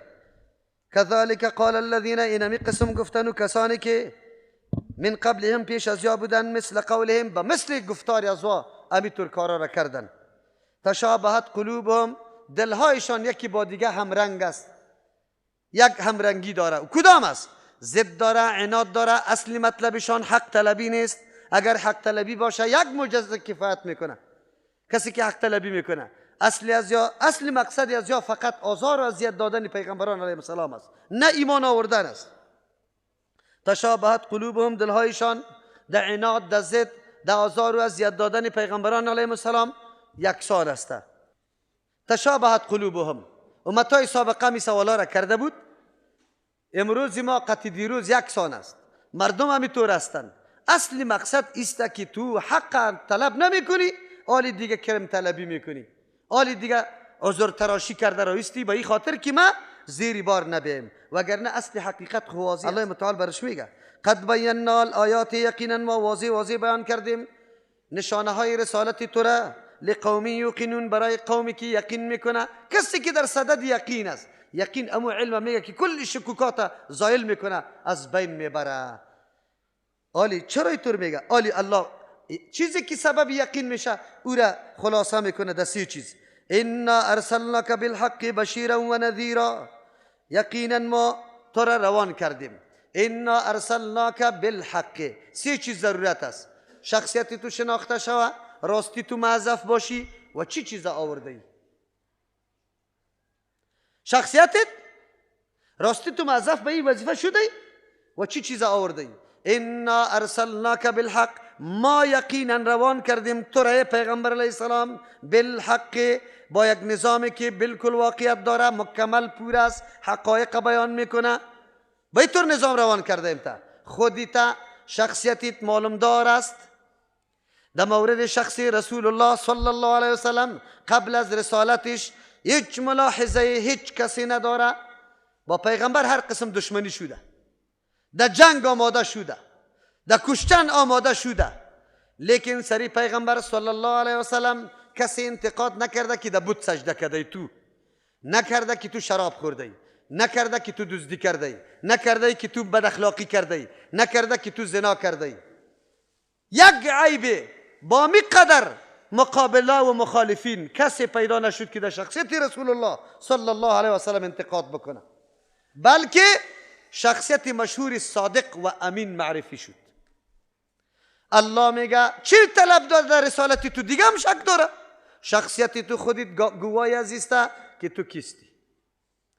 لیاقت نبوت کی داره؟ کدام شخصیت الله انتخاب کرده؟ قبل از نبوت هیچ نوع ملاحظه کس سرش نداره. امانت داری تو، همکاری و همدردی تو. خدیجه رضی الله عنها وقتی که وحی برش آمد پیغمبر علیه السلام بیلرزید، زمیلونی گفته، او برش چی میگه؟ بشارت چی میده؟ میگه تو شخصی هستی که تو قطع بیوها کمک کرده، قطع فقیرا همدردی داشته، قطع مردم روش نیک داشته. ایجگاه کسی که صاحب اینطور اخلاق و صفات باشه گاهی هم امر خراب و کاری خراب و زشت سرش آمدن نمیتونه. در اون زمان هم امی عقیده موجود بوده که یک شخص با این صفات کامل گاهی به سرنوشت غلط مبتلا نمیشه. چرا؟ شخصیت رسول الله برجسته بوده بین کل قوم. شخصیت خب برملاست. تعیین شده ای؟ انا ارسلناک، ما روان کردیم تو را. ادعا نیست، دعوای غلط نیست که هر کس بخیزه ما پیغمبر هستم. ما روان کردیم تو را، سند و دلیل روان کردن ما بالحق، چیزی داری که کلش واقعیت داره، نه دو تغییر تبدیل، نه دو تحریف، نه دو نقصان، نه دو کدام عیب، نه دو کدام نعوذ بالله نسبت کمی، هیچ چیز وجود نداره. از او خاطر ما تا روز قیامت اعلان کرده میتونیم که در دین اسلام در یک جنبه و شاخش ادناترین نقصان کسی پیدا کرده نمیتونه در یک قانون الله متعال. چلنج داده میتونیم که دین اسلام دین کامل است. ان الدین عند الله الاسلام، الیوم اکملت لکم دینکم و رضیت لکم الاسلام، دین کامل است. بله بعضی کسایی که مثل شوپرک وارد روشنی روز سرش چی میکنه؟ چشمایش خیره میسازه، حقیقت دیده نمیتونه، انتقاد اعتراض بیجا میکنه. و انتقاد اعتراض بیجا کدام است؟ وی زناکار چرا سنگسار شود؟ چرا الله غریزه جنسی را در وجودش گذاشته که وقتی کاری خدا میکنه باز هنوز زمی سنگسار میشه؟ او بدبخت الله متعال حد مقرر کرده. اگر حد مقرر نمیکرد توم در دنیا نبودی، همین تو در دنیا نبودی. مادرت عیش خدا میزد خیر و خلاص، وقتی که پیدا میشدی در زباله منداخته برو بخیر. چقدر تکلیفای تو را میکشید؟ نه، تو فلسفه اسلام یاد نداری که انتقاد سری اسلام میکنی. وای این دوست چرا دستش قطع میشه؟ وقتی که بدن یک انسان مریض میشه یک دانه در بدنش میبرایه و دانه را چرا عملیات میکنی؟ ها؟ و دستی که خوردن میشه پای قطع میکنی، مین زده میگی کلش سیاه میشه. اگر همی تربانی سیاهی میره و همیطور منجر به مرگ هلاکتی آدم میشه. از او خاطر از جای درست تو قطع میکنی دکتری بیعقل. خیر بیعقل هستی؟ این دانه سرطان از جامعه از معاشره گم کو که این دزدی را منطقه را بی امن کرده. این انتقادا و اعتراضای ناقصی اینمی مردم است، و کرده دین کامل است. دین کامل است، هر چیزی دین به مصلحت خودی بنده است. الله متعال قانونی الله متعال است. بالحق دعوون سند رسالت رسول الله حق است، خلاص. هر چیزی که ثابت واقعیت داره. بشیرا و نذیرا، اسلوب و شیوه تامی طور نیسته که یک جنبه را گرفته باشی دیگر را مانده باشی. نصارا شوی بگویی که عیسی علیه السلام کلی گناههای ما بخشیده شده، قربانی داده. از یک طرف بشارت برم حاصل است، خوفش ندارم، تمام عمر گناه کده رایستم. اینطورام نیستم که تنها ترهیب و تخویف برم باشه، بشارت ترغیب نباشه. از او خاطر ایمان در بین چیست؟ خوف و رجاست. ام ترس از الله داشته باش و ام امید به الله داشته باش. عمر رضی الله عنه میگه اگر اعلان شود که کل مخلوق طرف جهنم میره، یک نفر طرف جنت میره، گفت من امید دارم به الله خود که یک نفر کیست؟ مست. اگر اعلان شود کلگی جنت میره، یک نفر چی میشه؟ دوزخ میشه. من میترسم که یک نفر کی نباشه؟ من نباشه. ام خوف داشته باش و ام رجا. اسلوب دعوت رسول الله صلی الله علیه و سلم ام بشارت است ام انذار است، چرا که مخلوق متفاوت است. بعضی مردم ها توسط ترهیب اسلام میشه، بعضی ترغیب. اردو شیوه به کار انداختن به کار است. بشیرن خوشخبری دهنده، کسایی که اطاعت از او را میکنن میپذیره دعوت از او را. و نذیرن بیم دهنده است، کسایی که مخالفت میکنه. ولا تسأل عن اصحاب الجحیم، پیغمبر به این اعتراضا انتقادا خفه نشوی. تسلی میده پیغمبر علیه السلام الله متعال. ای پیغمبر دشمنا و مخالفین رنگ رنگ اعتراضا میکنه، رنگ رنگ. لیکن یاد داشته باش فقط تو مسئولیت خود داری، ادا کو مسئولیتی تا. دعوت حق برملا، به آشکارا، به آلایش، به چیستا پنهان و پرده به مردم واضح کو. پیغمبر واضح کرد، مسئولیت خود ادا کرد. بعد از این قابلیتی و اعتبار داره که و اهلیتی ای پذیرفتن داره یا نداره. ایطور سخن، ایطور دعوت، ایطور سخن و دعوت اجگار امت پیغمبر دل سوخته و ما دل میسوزانیم. خصوصا به او کسی که به نام مسلمان است لیکن حرکاتی چی را انجام میده؟ خلاف طریقی رسول الله صلی الله علیه و سلم. از او خاطر دعوت ما در اینجا زیاد است. ما و شما مسئولیت داریم، مسئولیتتان ادا بکنه. دیگه سوال از ما نمیشه که چرا فلانی نپذیرفتن کاری ما نیست. گپ حق برای خود قابلیت هم کار داره، گپ حق معاصر است اما جای کار داره، اهل اما تو جای مناسب کار داره. هر قلب و هر فکر این دعوت حق نمیپذیره. وقتی که این سخن ما میگم شکری الله را میکشیم که الحمدلله قلب ما، ضمیر ما، اندیشه ما، فکر و دماغ ما اهلیت و قابلیت حق پذیری را داشت که الله ما را آماده کرد این مقام آورد شه. و بعد از او الله ما را بگوی قناعت ما فراهم شد که اینی راه حق است و اینی فکر و نظر حق است. او ما حق چی را میگه؟ قرآن خود معرفی میکنه الحق من ربک. حق اموز که از جانب کی آمده باشه؟ از جانب کی؟ چند چیز از جانب الله آمده؟ کتاب الله و سنت. بس ما دعوت به می حق میدیم. حالی که ما را مردم باطل پرست میگوید بگوید دیگه، دمیرایش گرفته نمیتونیم. خب ما دعوت به حق میدیم الحمدلله. ولن ترضى عنك اليهود ولا النصارى. در تو را میگم دیوال تو بشنو. رسول الله صلی الله علیه وسلم پیغمبری معصوم است یعنی که خطا میکنه؟ معصوم است. پیغمبر الله متعال او را حتی قبل از نبوت از پیشش عمل ناشایسته سر نزده، الله مسئول کرده شه. حالی چطور تابعداری یهود و نصارا او را هم در مسائل دین بره دنبال از او هیچ امکان نداره. لیکن در تو را میگم دیوال تو بشنو. رسول الله نمیره. خود تو امتی قدر و مقام رسول الله را نمیشناسی، تو امتی قدر دینی تا نمیشناسی، تو امتی کدام عمل و حرکت و تعلیمی که رسول الله برات داده او را به باد هوا میگیری، او را اینقدر سبک برات نظر میکنی. ریشی که رسول الله مانده تو قدر و قیمت نمیدی. نانی که رسول الله خوردک به کدام طریقه تو قدر و قیمت نمیدی. دنبال یهود و نصارا میری. تو را میگه تو اگر قدر تعلیمات رسول الله را بدانی دنبال میشی. رسول الله که ملاقات میکرد با برادر خود چی میکرد؟ اول کار چی میکرد؟ السلام علیکم و رحمت الله و برکاته، دستی مبارک مصافحه میکرد. چه قسم میگرفت تا وقتی اعلان نمیکرد که جانب مقابل اعلان نمیکرد، که محبت از هر دو جانب نشأت میکرد. سرسخترین دشمنت یک دفعه می قدر بگه که السلام علیکم و رحمت الله و برکاته، رسول الله چی میگه؟ که هرگز لن تدخل الجنه حتی تحابوا. تا وقتی که یکی با دیگه محبت نکنی در جنت داخل میشه.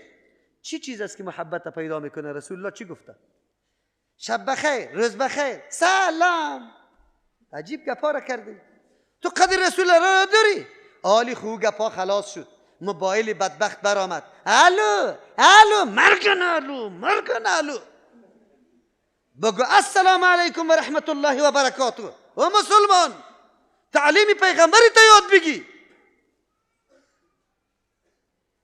که بشینیم باز میگیم ما رسول الله را دوست داریم. دروغ چی را میگی؟ الو را دوست داری،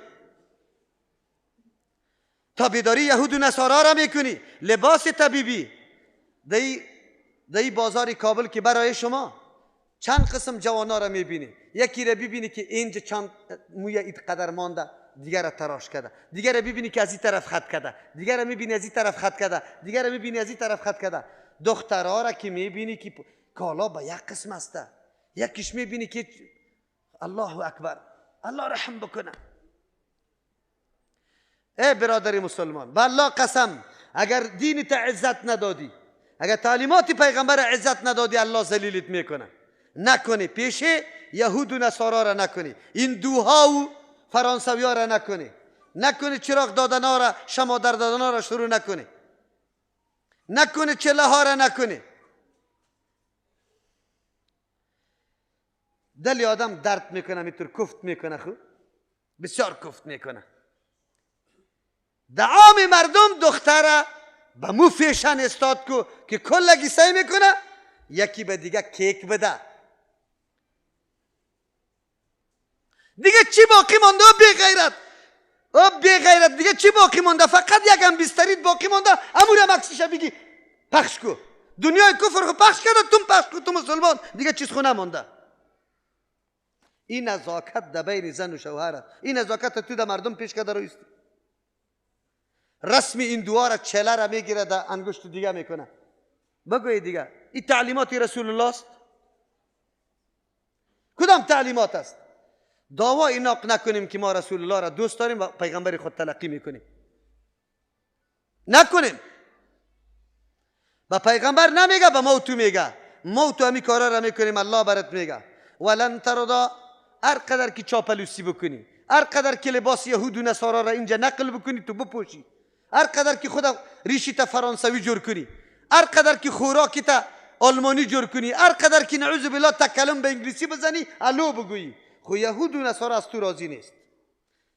الا ای که در روش از روان شوی. روش چیست؟ دموکراسی. به قانون الله نه تسلیم نشو، قانون خود جور کو، باز بعد از او تطبیق کو.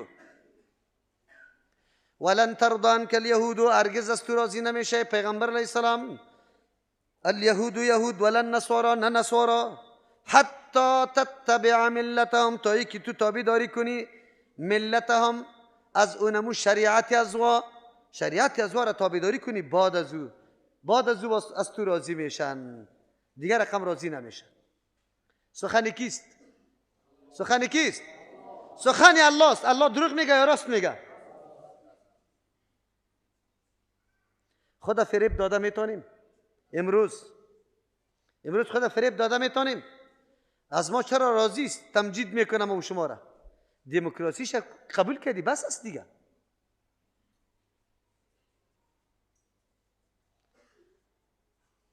چرا سر اسلام انتقاد میشه، محکم گرفته نمیتونی، جزا داده نمیتونی؟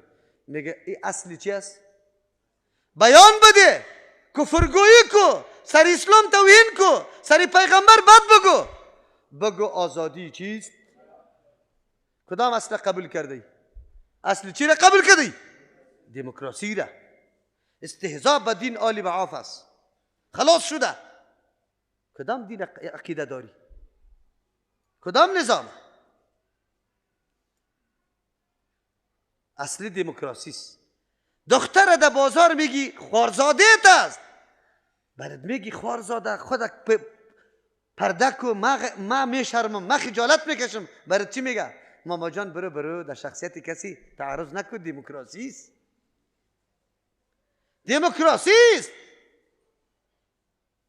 دموکراسی دیگه کدام اصول نداره، یاد داشته باشی. دموکراسی اصولش چیسته؟ دین کوبیدن، دین عیب دار کردن، حمله به دین کردن. خو لیکن به اجازه کی؟ دموکراسی. اجازهش دموکراسی. زن بکش در بازار، زن فاحشه جور کو، خو کی اجازه میده؟ دموکراسی. زن در مقابل شوهر خود چپلاکاری را شروع کنه، کی اجازه میده؟ دموکراسی. زن بره تو خبر نداشته باش، اولاد خود در میخانه اعلام کنه، اونجا میره در محفل، کی اجازه میده؟ بگوی دموکراسی. بچه از پدر اطاعت نکنه، کی اجازه میده؟ دموکراسی. این موضوعات من قصد به می خاطر دارم که مردم خیلی منهمک و مستغرق شده، حتی علما دایی فریب خورده. دموکراسی را اسلامی می نامند. علمای خیلی بزرگ به سطح جهان، مجتهدین که در درجه اجتهاد رسیده، ولی با تأسف که دموکراسی را اسلامی میگه. یک گفتن عالمی ما دموکراسی را اسلامی گفتن، در ملت آنقدر ضربه به اسلام، آنقدر ضربه بزرگ داده که به 100 سال جمع کرده نمیتونیم. خطای عالم خطای عالم است. یک عالم ما که دموکراسی را اسلامی گفت، تا که این را تفکیک کنی که دموکراسی اسلامی چی معنا داره، چی مفهوم داره، چی مقصد داره، غرب توسط یک لفظ ظاهری همی قدر که از دهن عالم برآمده، کاری 100 سالی خود سری امت اسلامی کرد یا نکرد؟ کرد. در بدر کرد امت. امروز کل مردم ما دموکراسی چیغ میزنه. دموکراسی آرا و نظریات و خواهشات افراد است. قرآن برای ما تعریف میکنه، حاجت به دیگه نیست. ما تعریف های دیگه کسا را قبول نداریم که هر کس برای توجیه قول خود بخیزه، الفاظ تعبیر کده بروه. استعمار همیشه بخیزه، بگوی نام بگذاره، یک عمله بگوی ارهاب است، این دهشتگردی است، این افراطگرایی است، این بنیادگرایی است. این تعبیرات از وا قبول نیست. تعبیرات الهی قبول است. تعبیرات الله دموکراسی چی را میگه و تعبیرات الله نظام الله را چرا میگه و امروز مردم در کدام خط روان است و چی میکنه. قرآن خبر ما میگه یهود و نصارا راضی نمیشه تا وقتی که تابعداری ملتشان نکنی. اول ملت تشریح میکنم. احکام الله، شریعت الله را به نام ملت یاد میکنه. ملت کدام شریعتی را که الله مقرر کرده، نماز، روزه، زکات، حج، اما چیزا را که ما میخوانیم، این ملت است. یکی دین است، یکی ملت است. دین اصول و فروعات مجموعه را دین میگه و نسبتش به امت میشه. دینکم، دین شما، یعنی آن چیزی که شما سرش عمل میکنید. اما ملت شریعتی است که از جانب الله تعیین شده. این تنها اصول میگه. از الله که کدام چیزی تعیین شده، بری تو روان شده، او را ملت میگه. پیغمبر او را تشریح میکنه، او را ملت میگه. ملت ابیکم ابراهیم، ملت پدرتان ابراهیم. فروعات از ما به ما نیسته. اصول ابراهیم علیه السلام، عقیده ابراهیم علیه السلام در هر نسلش آینده باقی مانده و ما پیروی کرده رایستیم. ولن ترضا، هرگز راضی نمیشه، خوش نمیشه. پشت پا زدی. امی خطاب متوجه ما نیست. الله سر ما نعمت نکرده؟ اگر بگویا یا امت النبی صلی الله علیه و سلم اذکروا نعمتی التي انعمت علیکم، یاد کنی نعمت مرا که بالای شما کردیم. چرا؟ نعمت کدام است؟ الله خود گفته در جای دیگه الیوم اکملت لکم دینکم و اتممتم علیکم نعمتی. الله نعمتی خود پورا کرده، اسلام، نظام اسلام. امروز به ما و تو آواز میشه ای امتی پیغمبر علیه السلام، الله میگه نعمت خود سری تو کردم و انی فضلتکم علی العالمین، سری مخلوق شما را ترجیح دادم. چرا ترجیح خود نمیشناسی؟ دنبالای کفار میشه، یهود و نصارا میشه، از خود شخصیت و هویت نداره، از خود طرز زندگی نداره، از خود قانون نداره، از خود عزت و آبرو نداره، میروی از دیگران. او کسی که چیز نداره از او تو سوال کرده رویستی؟ از او تو سوال؟ بله، در مادیات دنیا نمیگه الله شما را منع نمیکنه. در مادیات دنیا برو تحصیل کو، تحقیق کو، تو هم آماده شو، همین چیز وسایل راحت برای خود مهیا بساز. با جای از که کافر میسازد تو بساز. بمیاتم که خطی مسلمان باشه خوب است، از کافر کرده. چرا خوف الله در ذهنش است؟ کافر خوف الله نداره و در هر جای استعمال میکنه. لیکن آل دنیا برعکس شده. الله میگه که در اسلام آباد تروریستان نزدیک شده. مدرسه حفصه که یک دم دختراست توسط دولت بمبار شوه، قطعی تانک زده شوه. چرا؟ در بم اتم نزدیک است. در بم اتم مسلمان ها در بم اتم میرسه گپ خراب میشه. تو که 100 دانه بم اتم کافر هستی، ظالم هستی، خودخواستی، عقیده به آخرت نداری، به مجازات نداری. بم اتمی تو به امن است. از هیچ ناحیه ترس آدم باید نداشته باشه. بم اتمی که خط مسلمان است از این باید ترس داشته باشی. دنیای کفر سعی کنی چی مذاقا میکنه سری مسلمان ها. لیکن این مسلمان تا حالی رم نفهمیده که یهود و نصارا دوستی ماست یا دشمن. واتقوا یوما لا تجزی، بترسی از روزی که از عذابی روزی که لا تجزی دفع نمیتونه نفس، یک نفس، عن نفس از نفس دیگه شیئا چیزی را هیچ به دردش نمیخوره، بلکه یکی باری خدا بالای دیگه انداخته رئیس. ولا یقبل منها، قبول کرده نمیشه از این نفس عدل، فدیه، عوض، جرمانه. ولا تنفع، نفع نمیرسونه به این نفس شفاعت، سفارشا. ولا هم ینصرون، نه امدادی از یا کرده میشه، پردارا پیدا نمیشه که پشتیبانیش بکنه. و روزی است که عدالت الله قائم میشه، حکمت تنها از الله است، اونجا نمایان میشه. اینجا حکمت از الله است، اونجا خب نمایان میشه. واتقوا، ای خدا نگاه کنی. چه رقم نگاه کنیم؟ توان و قدرت داریم که از دو ترجا خدا نگاه کنیم؟ نه، اونجا قدرت نمی داشته باشه. کل اختیارات رب زدن چشمت، رب زدن لبایتان بدون اذن الله متعال نمی باشه. بله، امروز الله برات اختیار داده، این روز پیدا کرده، اینمی روز تو را مکلف کرده چه قسم زندگی تا پیش ببر. پیشین آمده رایست، دیگر آمده رایست، شام آمده رایست، وظیفه تا چه قسم پیش میبری، رزق حلال را چه قسم پیدا میکنی، چه قسم زندگی با پدر، با مادر، با اولاد، با برادر، با خواهر، با همسایه، با دکاندار، با شریک، با همسنفی، با شخصی که در موتر قطعش یک جا سوار شده، چه قسم زندگی میکنی؟ به خودت مربوط است، به خودت مربوط است. چی میکنی؟ همینجا اختیار داری، مسیری اونجا اینجا انتخاب میشه، ثمره اونجا از اینجا نقشه کشی میشه. نقشه کنی؟ چه قسم نقشه کردی؟ کدام نقشه؟ نقشه که الله متعال توسط پیغمبر بری تو تعلیم داده. پیغمبر چی کارا کرده همون کارا را شروع بکن. و اذ ابتلی ابراهیم ربه، الله براتون امام مقرر کرده، مقتدا دو پشت سر از او اقتدا بکنی، به نقش و قدمش روان شوی که کامیاب شوی. کدام است اون شخص؟ ابراهیم علیه السلام شخصیتی برگزیده که محمد رسول الله اولادش است. ابراهیم علیه السلام، داستان ابراهیم علیه السلام شروع میشه. شخصیتی که هر طایفه میگه ما ابراهیم استم، یهود میگفتن که ما ابراهیم استیم، نصارا میگفت ما، مشرکین مکه میگفت ما، کلا چیخ میزنه ابراهیمی ابراهیمی. الله متعالی تمام حالات ابراهیم علیه السلام بر ما بیان میکنه. ابراهیم کدام شخصیت است، آل ابراهیم شدن چی است، مشخصات ابراهیم علیه السلام، مراکز ابراهیم علیه السلام، بگوی عمل کرد ابراهیم علیه السلام کدام چیز است و در کدام طایفت دیده میشه. کی تابعداری حرکات ابراهیم علیه السلام است و کی مخالفت میکنه. و از ابتلا ابراهیم، در آن وقتی که امتحان کرد ابراهیم علیه السلام ربه پروردگارش به کلمات به چند سخن، فاتمهن مکمل سخنا را به پای تکمیل رسانید، یعنی امتحانا کامیاب شد.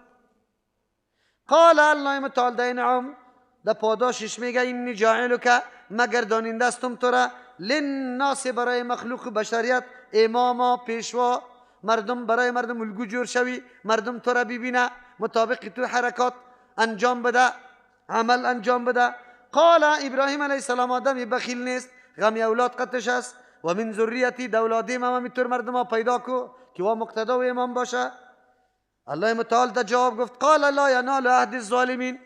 ای الله متعال جواب سوال ابراهیم علیه السلام رد نمیکنه، اشاره میکنه که دولادای بعضی مردم ها ظالم است و مستحقی طور امامت را نداره، بله یک تعداد خوب مردم است. پیش از پیش خبر داد. این آیت بسیار مطالب عمده داره، بسیار زیاد. در آن وقتی که امتحان میکنه ابراهیم علیه السلام، اشاره میکنه برگزیده ترین اشخاص در دنیا کلش مورد امتحان قرار میگیره و قرار گرفته، هیچ کس از امتحان الله بیرون نمیشه. پس این دار امتحان است، نه دار پاداش و جزا. الله که این دار برای ما بعضی پاداش ها را میده وگرنه این دار پاداش نیست، این دار امتحان ابتلاست. خود دار امتحان است مطلقاً در حالت نعمت و راحت و خوشحالی، در حالت غم و درد، در هر حالت مورد امتحان هستیم. خوشحالی، مالداری، غنا، توانمندی، همه چیزا الله تو را امتحان میکنه که شکر گزار است یا نه، نعمت الله را به وجه درستش استفاده میکنی یا نه که غلط استفاده میکنی. تکلیف، درد، غم، رنج سرت آمده رایسته، حالی ببینم تا که چقدر پایمندی و استقامت داری، چقدر راضی است که فیصله الله خدا قبول دارم، بالکل آن چیزی که مرضی الله متعال باشه ما تسلیمش هستم که فهمیده شوه که یقینا بنده ما بود.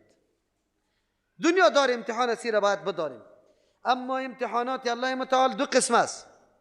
امتحان میشه برای از اینکه کمالات یک شخص معلوم شود. امتحان به خاطر میگیری که مردم ها سوال یاد داره یا نه، درس خوانده یا نه. الله متعال علمی محیط داره، کل کمالات و خصوصیات ابراهیم علیه السلام به الله معلوم است. به الله معلوم است. چرا امتحان میکنه؟ دو وجه. یک وجه الله خود برش معلوم است، لیکن به این خاطر که ابراهیم علیه السلام امامی مردم قرار بگیره، باید امامتی که امی منصب و منزلت که برای ابراهیم علیه السلام ثابت میشه به دلیل ثابت شده باشه که راستی واقعا امام است، ادعایی نباشه، در پارلمان به زور نگرفته باشه. خوب در پارلمان به زور نگرفته باشه، ادعایی نباشه، یقینی باشه که ابراهیم علیه السلام شخصیت برازنده است، قابل اقتدا است، اعمالی که انجام میده واقعا اعمال است. از او خاطر اصل مقصد تثبیت حجت است، حجت که به مردم حجت قایم شود که ابراهیم علیه السلام شخصیت ممتاز است. یک. دوم، امتحان ها همیشه برای از این نیست که اگه آدم گناه کرده الله متعال سرش سختی را میاره، نه، گاهی امتحان برای بالا بردن درجات می باشه. چی می باشه؟ درجات می باشه. از او خاطر هنگامی بری تو مصیبت و تکلیف می رسه، حالت خود بی که در طاعت الله قرار داری یا در معصیت. اگر در معصیت قرار داشتی بفهمی که جزای گناهایت است، زود به هوش بیا، بیدار شو. ولنذیقنهم من العذاب الادنی دون العذاب الاکبر لعلهم یرجعون. پیش از عذاب بزرگ الله در دنیا بعضی میچشانه کمک عذابه. اما عذاب کدام کمک است؟ گاهی اولاد آدم وفات میکنه، گاهی مریض میشی، گاهی فقیر میشی، گاهی مصیبت و تکلیف دیگه قرار میگیری. الله تو را مبتلا میسازه که یک کمی بیدار شوی. خواب آلوده بودی، غفلت کرده ای، متوجه شوی کدام طرف روان هستی.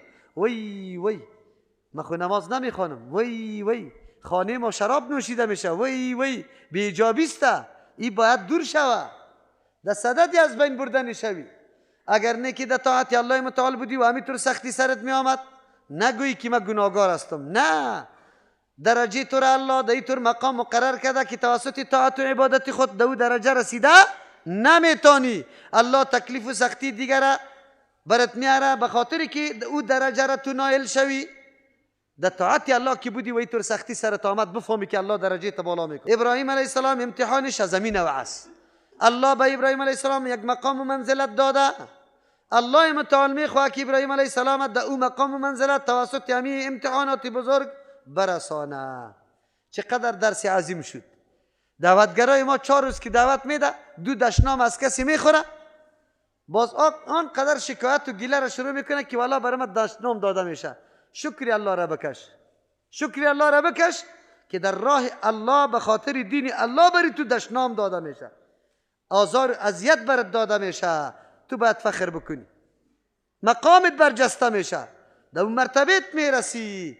از او خاطر یک درس عظیم برای دعوتگرا بود که مصیبت و تکلیف این دلیل نقصان تو نیست یا دلیل ناکامی دعوت تو نیست، او قدرت الله متعال است. کسی که دعوت توحید شروع میکنه عقیده را به قرآن و سنت دعوت میده، در اول مرحله الله این قدر دوچار مشکلات ای را میکنه که پرسان نکن.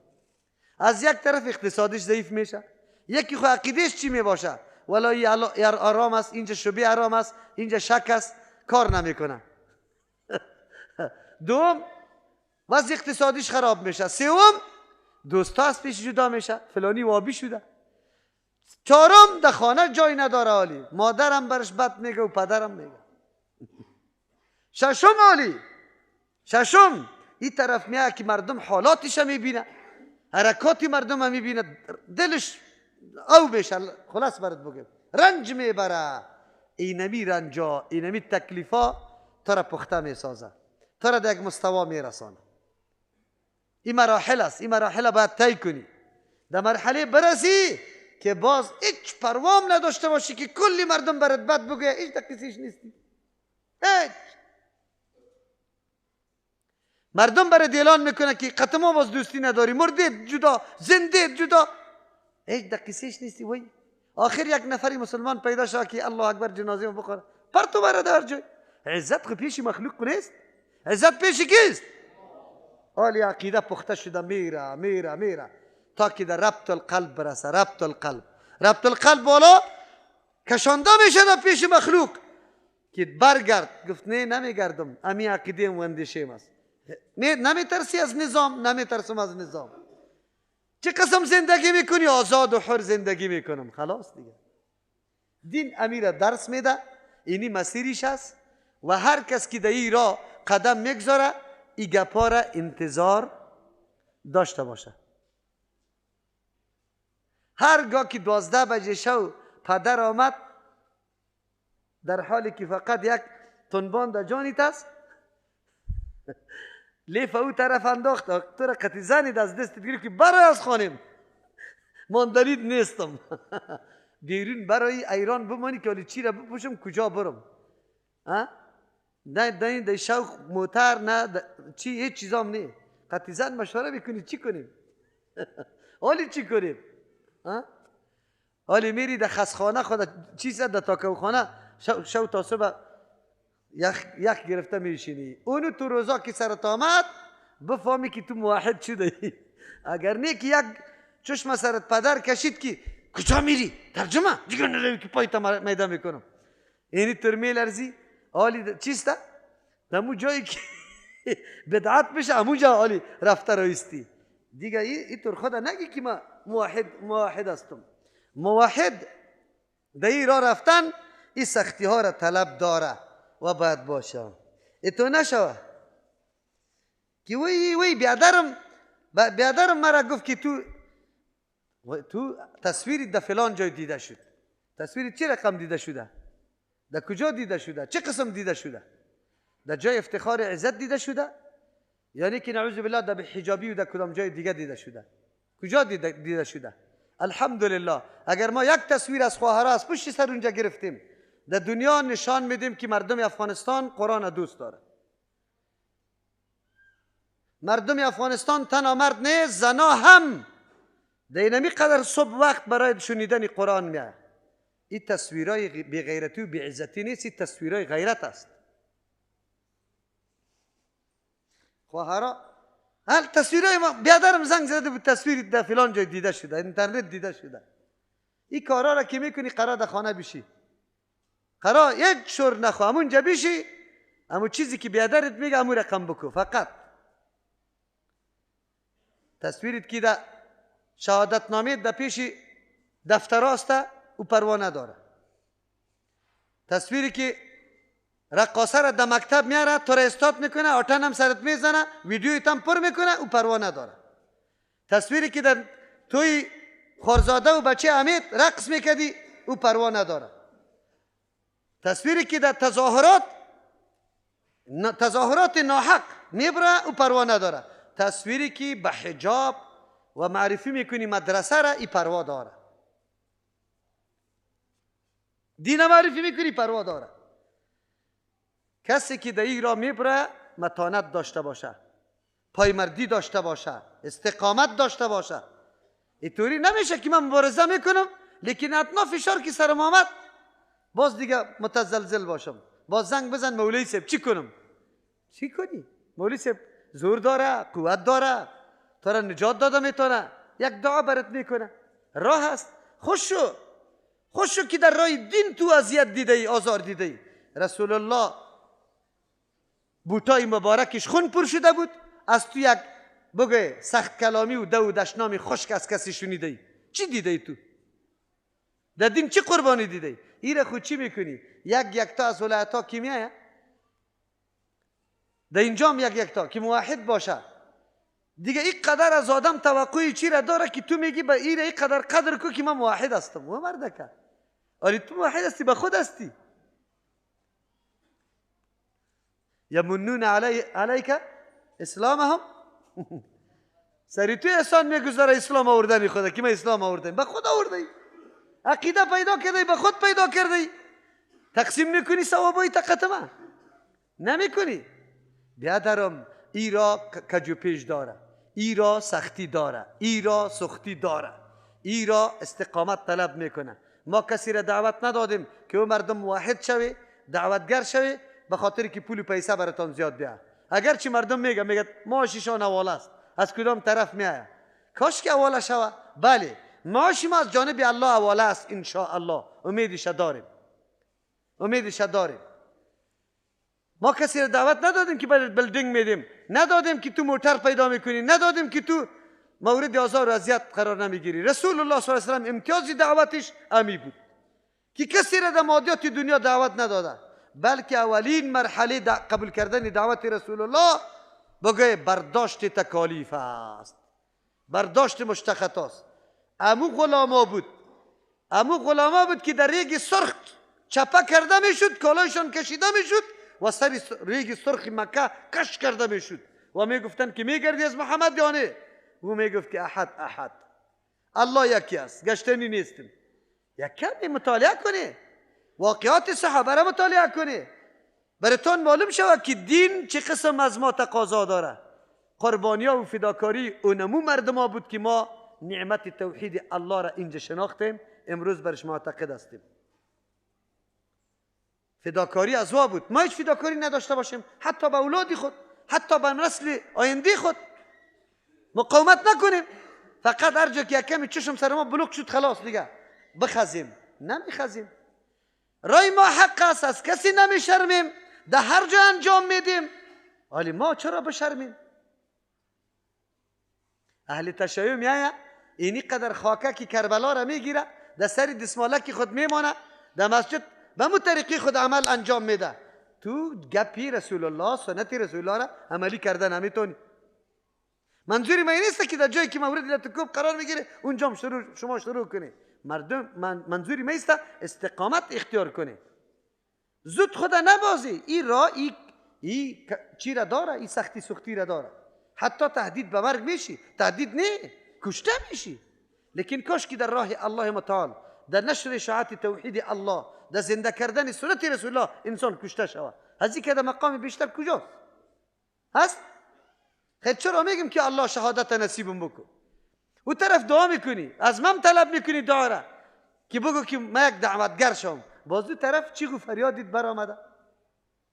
دعوتگر شم. چی رقم دعوتگر شوی؟ دعوتگری خب برای خود سختی کار داره، سختی اینطور نمیشه. در مسجد لط کردم، زنگ زده بود گریان میکرد. خیرت است، مسجد را بلیادایی کردم، مولی سه ما را لط کردن. گریان میکنی. شکری الله را بکش که الحمدلله سری سنت پیغمبر لط خوردم. روز قیامت خو یک شاهد پیدا کردم.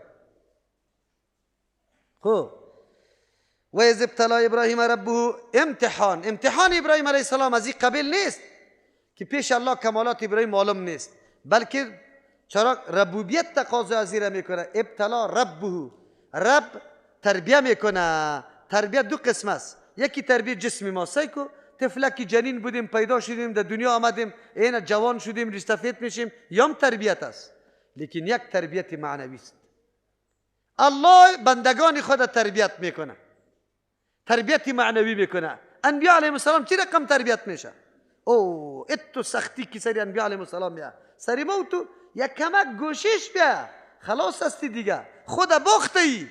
کدام سختی که سری انبیاء علیهم السلام بیا. بعد از هر کس که امثال است، هر کس که مشابه با پیغمبر است در دعوت ها، در تکلیف ها، اما قسم تکلیف ها سرش آمده رویست.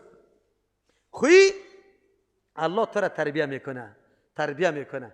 یک وقت سر حد میرسی وجودت، سخنت، کلامت، نشستت، برخاستت هیچ مخالف دین نمی باشه، هیچ. کل وجودت دین فرا گرفته می باشه و هیچ چیز محبوب از دین برات دیگه چیز نیست. اگر دوست اعلان میکنه که قطیمه نباش، گفته کارت ندارم. پدر اعلان میکنم، برادر، اولاد، بگو کارت ندارم، فقط رضای الله را کار دارم. کی را کار دارم؟ رضای الله را کار دارم. این مقام این تربیه میگه. ما باید تربیه شویم، تمرین شویم. تربیه و تمرین بسیار مهم است. ما خود تمرین کنیم، مردم بی همت نباشیم. نماز صبح پس شوی را خوردیم، نماز صبح میخوریم، گرب خو میکنیم. و برادر خو نکن، این وقتی خواب نیست. بخیز تمرین کن نفسیتا، بیرون برای چکر بزن. از کاری صبح تا کی میشه؟ از کاری صبح بعد از خواندن نماز شروع میشه. اما آدم تیز کی باشه الا خلاص میتونه تا طلوع آفتاب. اما تیز آدم الا خلاص هنوزم نمیتونه. 100 مرتبه استغفار است. 100 مرتبه استغفار. تو بگو چقدر وقت در بر میگیره. تکمیل کردیم؟ کدامی ما؟ پیغمبر و صحابه تکمیل میکردن، برنامه داشتن، تقسیم اوقات داشتن. ما واری گرب خو نمیکردن. نمازی ما بچه قسم می باشه، باز میایم، باز دعوا داریم. یک کمی خود همت بدی، یک کمی خود تمرین کنی، اذکار بگویی، تلاوت بکنی، در عمل خود واقعا. چرا که امامت همونطور میاثر نمیشه. اینیالی اینجا برای ما میگه و از ابتلا ابراهیم ربو، در آن وقتی که امتحان کرد ابراهیم علیه السلام ربو پروردگارش به کلمات، به چند کلمه. مراد از کلمات در اینجا چی هسته؟ اگرچه مفسرین مختلف توجیهات در اینجا کرده که مراد از کلمات چی است. اصل عام است. مراد از کلمات مجموعه امو امتحاناتی است که بالای ابراهیم علیه السلام آمده. و امتحانات کدام است؟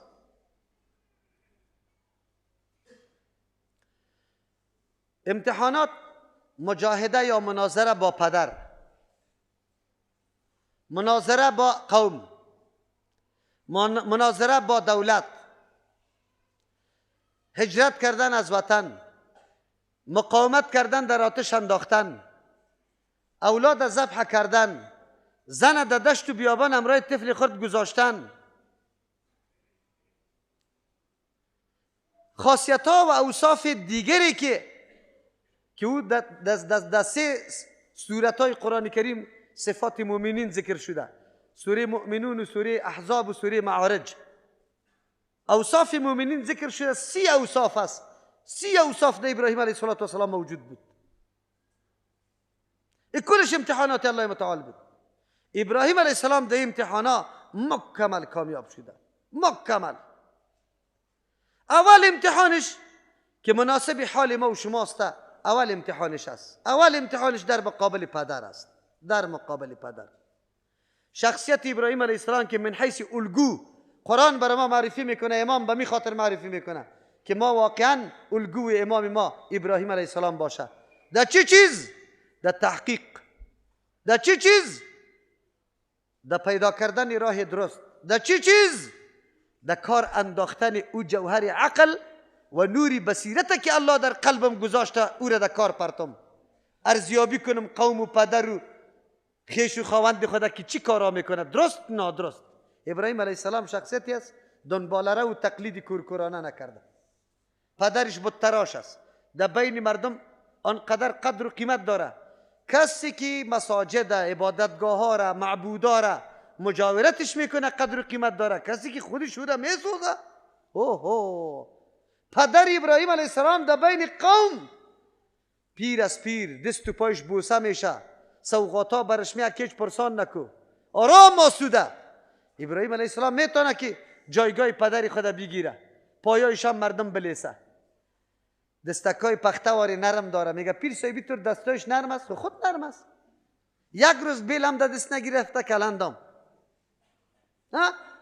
کوزه را دست نگرفته، تو مرید استاد هستی؟ او وضو میکنه اوشه تو پرتافته رایستی. خیر دستی ما پخته باشه از او، از کی پخته باشه؟ ابراهیم علیه السلام هم میخواست که دست پخته‌ای باشه، خب لیکن نه. آن استعدادی که الله برش بخشش کرده بود، امکانات و وسایلی که الله برش داده بود، عقل که الله برش داده بود، بیداری را که الله برش داده بود، در کار انداخت. ابتکار ابراهیم علیه السلام همی است. دنبال روی پدر نیست، از قوم نیست، از پاچایی و نظام نیست. این عقل در کار میپرده کی کارای مردم چی رقم است. از او خاطر اول برخوردش امرای کی میاد؟ پدر جان. اول برخوردش امرای پدر جان میاد. دعوتگر حق کسی که رای حق تعقیب میکنه اول مقابلت با پدر است. چرا؟ پدر سالای کارا را کرده، این را دین شمرده، این را موجب ثواب شمرده. او میگه که نسلی ما باید پیروی ما باشه. او تو در مقابلش میخیزی میگه نه این نیسته، میگه خود در مقابلت است. خیلی بترس. نه والا در مقابل پدر خود واقع نمیکنم. باز نگوی که من در ملت ابراهیم هستم. این دعوای توسک. اگر در ملت ابراهیم علیه السلام هستی، خب البته ابراهیم علیه السلام گستاخی نکرده، پدر اول بد نگفته، با دلیل ساده، عام فهم، قناعت بخش به پدر خود میگه یا ابت لما تعبدو ما لا يسمع ولا يبصر ولا يغني عنك شيئا. آسان. یک معبود کسی را که تو پرستش میکنی، آدم یک چیز پرستش میکنه، برای چی پرستش میکنه؟ نفع برسانه، ضرر دفع بکنه، از حال آدم خبر باشه. این را که تو جور کردی چی میتونه؟ شنیده، چیزی را میشنوه، میبینه، دفع میتونه. چرا؟ عقل در کار پرتونه. باز برش میگه که ای پدر، من همونطور نمیگم، برای من علم آمده، این بصیرت به من پیدا شده که کاری تو باطل است. سالا تو بود جور کو، برش سجده بکن، لیکن از خود او چیز از خودم دفع کرده نتونه. چرا اینطور باشه؟ زولانه های تقلید ابراهیم علیه السلام کلشه قیچی آینی را پیدا کرد، کلش برید. اول خود از اینمی زولانه های تقلید آزاد کرد. فکر خدا بعد از او در کار انداختی کدام ذات پرستش کنیم. ربی الذی خلق السماوات والارض. او ذات ما پرستش میکنیم. این رب شده نمیتونه. و ذاتی که مرا تربیت کرده، مرا قوت داده. ابراهیمی جور میشه یا نه؟ ابراهیم امام ما هست یا نه؟ ما در ملتش هستیم یا نه؟ چرا می کار نمیکنیم؟ ملا صاحب مردم از سرش علقه زده، فتوای دیگر هم داده رویستی که از یک مذهب در دیگر مذهب رفتی دوره زده میشی. این دوره را کدام پیغمبر تعیین کرده بوده؟ شریعت کدام پیغمبر نازل شده وحی؟ رسول الله وقت وفات کرده، مذاهب خود 400 سال بعد پیدا شده. این جزای انتقال از یک مذهب در مذهب دیگر در کدام سن و سال وحی شده؟ تو بگو. تو عقوبات کی تعیین میکنه؟ ای مردم، جزاها را کی تعیین میکنه؟ الله تعیین میکنه. کسی دیگر تعیین میتونه؟ خیری فتوا چی نوشته کرده؟ کدام پیغمبر جدید آمده؟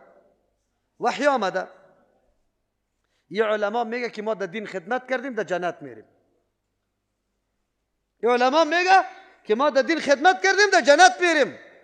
دایره را در گرد تو داده، حتی اندیشه تا نمیگذاره، فکر تا نمیگذاره که یک کمی در فضای آزاد بیاندیشی که من کدام راه را تعقیب کنم.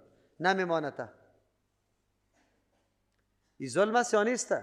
ضمیری تا فکر تو را محصول کرده، بندی ساخته. ابراهیم علیه السلام فکر خود بندی نساخت. اول مقابله با پدر، دوم مقابله با قوم است. با قوم چرا مقابله میشه؟ وقتی که توی گپا را میزنی بازو پدر ملامت میکنه. پدر که سری اولاد سختی میکنه به خاطر قوم، به خاطر مولا صاحب در مسجد میگه دختری رفته در ترجمه فلانی وابی شده، بچه رفته وابی شده. او که بگه بیا دیگه وهابی به نزد پدر چی است؟ راست بگو. قطع یهودی و نصرانی و وهابی فرق داره؟ هیچ نداره. چرا که مولا صاحب وجه دست بالا کرد که یا الله تبا کنی و یهودت، نصارا را، وهابی را. پدری تو بیچاره حالی حواس از دست داده که اوه این خود تبایی که بیا خود سری بچه مامه بیا که بچه خود از تبایی نگاه کنم، بگاه که بیا تو را میشانه بچه هم هستی یا نه؟ تو میگی بله هستم. چرا نه پدر جان؟ این مادرم هست، تو پدرم هستی. اگر بچه هم هستی دیگه ای کارایی تا نکو بچه. خب اگر بچه هم هستی یعنی اگر بچه من نیستی تعجب است. الله رحم بکنه. اگر بچه هم هستی این کارایی تا نکو. او پدر جان این کاری پیغمبر علیه السلام است، دین است. من هم اشناسم پیغمبره. این گپا را برای من نگو، خو نکنی. او پدر جان حالی کی برات گفته؟ تو خوب میفهمی مولا؟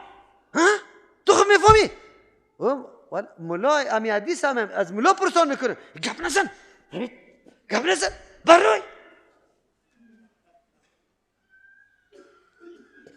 پس که برای آلی لاف میزانه به مولا صاحب بچه خود شو کشیدم. خو او میگه که فکرت باشه که اگر نکشی امیالی جلویشه که نگیری دخترای تم زنی تم چی میکنه؟ وابی جور میکنه. امیالی جلو گیریشه بکن. امیالی بگاه که باز پدر میاد دختر تعقیب میکنه. نماز یزوره که ببینه که خیلی آرام میخونه و دختر این نماز از کجا یاد گرفتی؟ پدر جان چرا خیرت است؟ این قدر دراز رو کو کردی؟ زن از زود نمیفهمه چرا که دستای از زود از پیش بالاست. بچه ها از زود میفهمه. خب مادری دوری خود خم نکدی در سجده هیره چون طور کردی؟ و پدر جان در حدیث من آمده مثل سگواری سجده کردن. خب این ما که نمازها خواندیم نشده؟ تو در 2 روز در مدرسه رفتی؟ ملا خو راست گفته که این دختری تام وابی شده؟ زنه اگر دیگر رفته بود باز من طلاقی تا میدم، در خانه نمیمانم تا. دختر مزه و لذت قرآن دیده ترجمه را. امی میگه که اگر قطع انبورم گوشتم کنده شوه که من وجد درس نرم خلاص هستم میمرم. مادر جان میگه که خیر است امروز نرو که مرا میزنه مرا میکشه، من برش عذر میکنم. بگاه که پدر میگه که مادر برش میگه این دخترک والا امروز نان نخورده روز تا بگاه گیرم بانکی بمره میخوایی که آلیب کلا گیره وابی بسازی. تو هم طرفداری شدی تو هم گمان میکنم کدام روز رفته یعنی تو من فهمیدم کریتان یک طرفه شده. یک ما ماندم و خدایا هیچی حال است اولاد وابی شد در بدر خاک بسر شدیم. گریانا را شروع میکنه.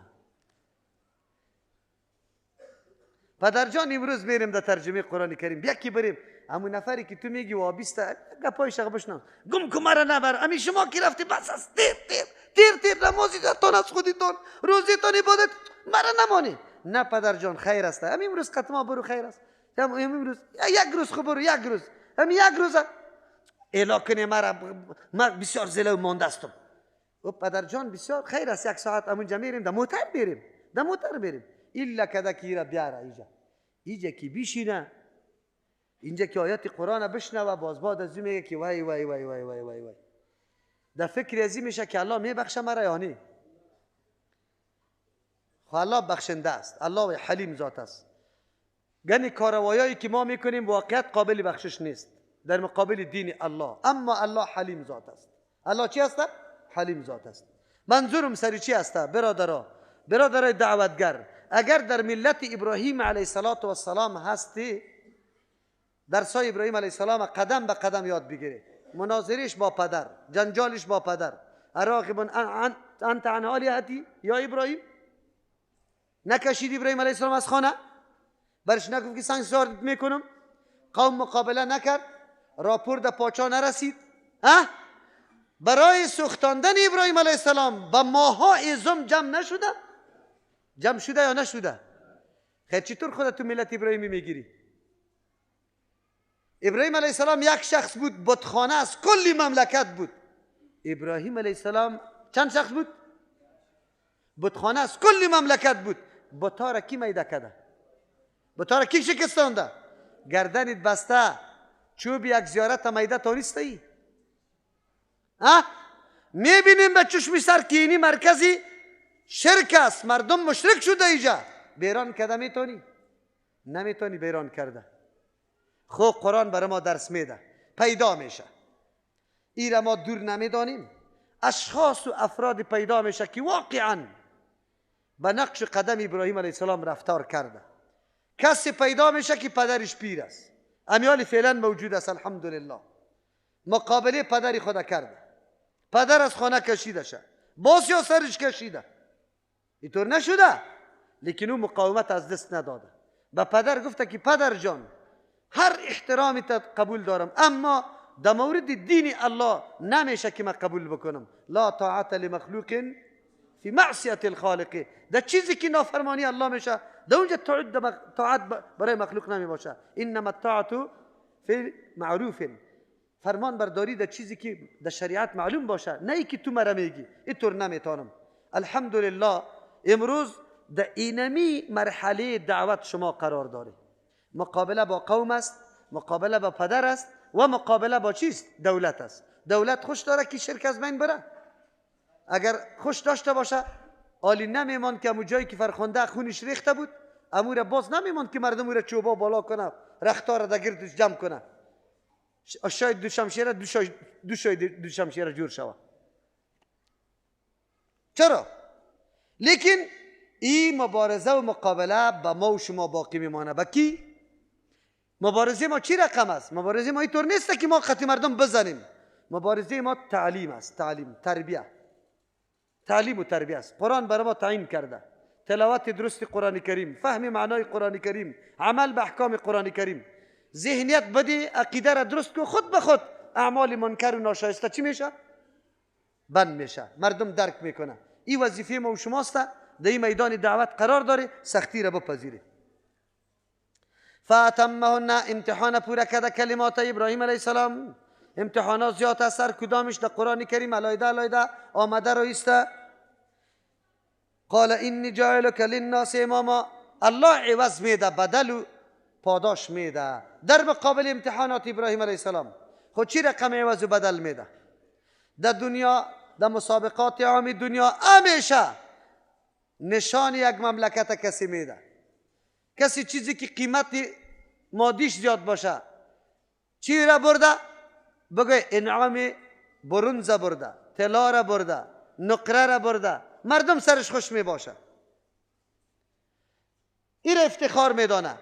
الله متعال به ابراهیم علیه السلام افتخار میده، انعام میده. انعام چی را؟ انی جاعلک للناس اماما، مگر داننده استم تو را برای مخلوق، برای انسان اماما، پیشوا، الگو، مقتدا، نمونه، برای از اینکه در نقش و قدم تو روان شوه، تمام مسائل اصولی و عقیدوی را مکمل از تو یاد بگیره و امور گسترش بده. خلاص. آیت قرآن بر ما ثابت میکنه که بهترین انعام کیست؟ امامت است. الگو جور شدن که مردم دنبالت بیاید، حرکات تو خوشی مردم شده باشه، محبت تو در قلب مردم جا گرفته باشه، از جان خود که تو بر شیرین شده باشی، نه به خاطر از اینکه کدام منفعت مادی برش رسانده، فقط و فقط منفعت معنوی. میروی پیروی ابراهیم علیه السلام میکنی که آدم الگو میشه وقتی که در عمل ثابت کنی برای مردم دلسوزی خدا، وقتی که در عمل ثابت کنی پیروی سنت رسول الله صلی الله علیه و سلم. اگر در عمل ثابت کردی محبت مردم قطع جور میشه. بالکل ما جوانای دعوتگری ما قبل از اینکه مردم دعوت میده اول در حلی خود نظر بندازی. در حرکت خود نظر بندازی، در گفتارتان نظر بندازی، در نیت و ارادهتان خوب نظر بندازی که چقدر دلسوز هستی، چقدر دلت درد داره، چقدر نفرت از شرک داری، چقدر توحید دوست داری. وقتی که ما حول ببینی که مردم مبتلاست، دلت قرار نمیگیره، دلت آرام نمیگیره. از او خاطر او طرف دست مندازی، او طرف دست مندازی که من امی دوستا را چه قسم شوه جور کنم. از او خاطر در جمعه آینده 3-4 نفر به هر رقم که میشه در ترجمه قرآن برابر کرده میباشی. چرا که دلت آرام نیست، در حالت پریدن است، درد پیدا شده برد. وقتی که کارا را کردی و در عمل ثابت کردی به مردم که تو آدمی شخصیتی واقعا شخصیتی درست هستی، چرا که حرکاتت سکناتت کلش مطابق سنت رسول الله صلی الله علیه وسلم است. و به مردم ثبوت بدی که من این کار به این خاطر میکنم که این حدیثی رسول الله صلی الله علیه وسلم آمده. من یقین دارم که سخن در زمین نمیفته، هدر نمیره، ضایع نمیشه، به دست تو به صدها نفر ان شاء الله حق و حقیقت پیدا میکنه. و الحمدلله شده، الحمدلله شده، برای کسی معلوم نمیشه.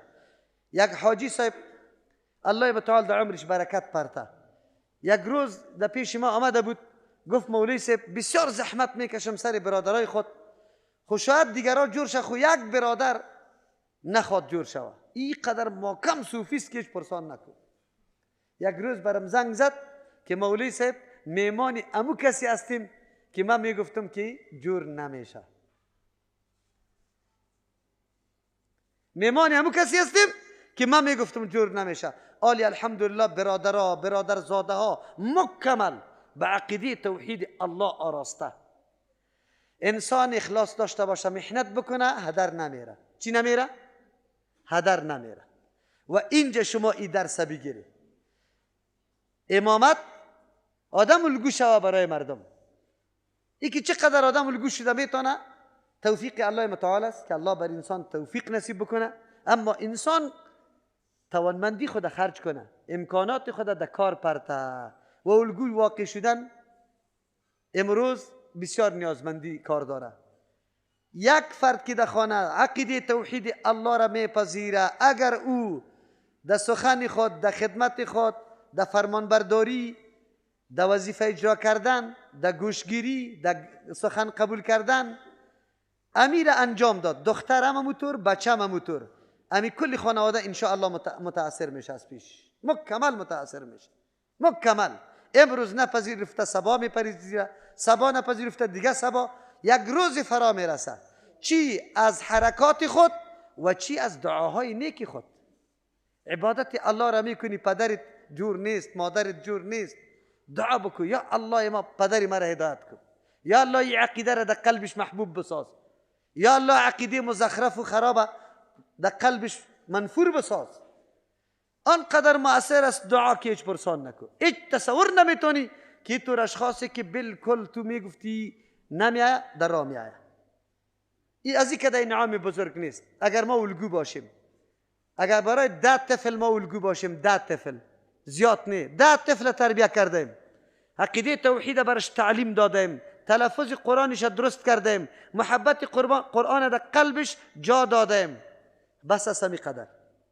همی 10 طفل دیگر خب بگذار. الله که بعضی را توفیق نصیب میکنه که سلسلهش ادامه پیدا میکنه، به هزارها مردم واسطه به واسطه سبب هدایتش همی یک نفر میباشه. او به نیت و اخلاص خود آدم تعلق داره. اترام میشه که تا روز قیامت همی سلسله هدایت از تو قطع نشوه. اول بنیادگذارش توستی، لیکن این سلسله قطع نشوه. انشاءالله همونطور است. الله کل ما و شما را همون قسم بگردانه.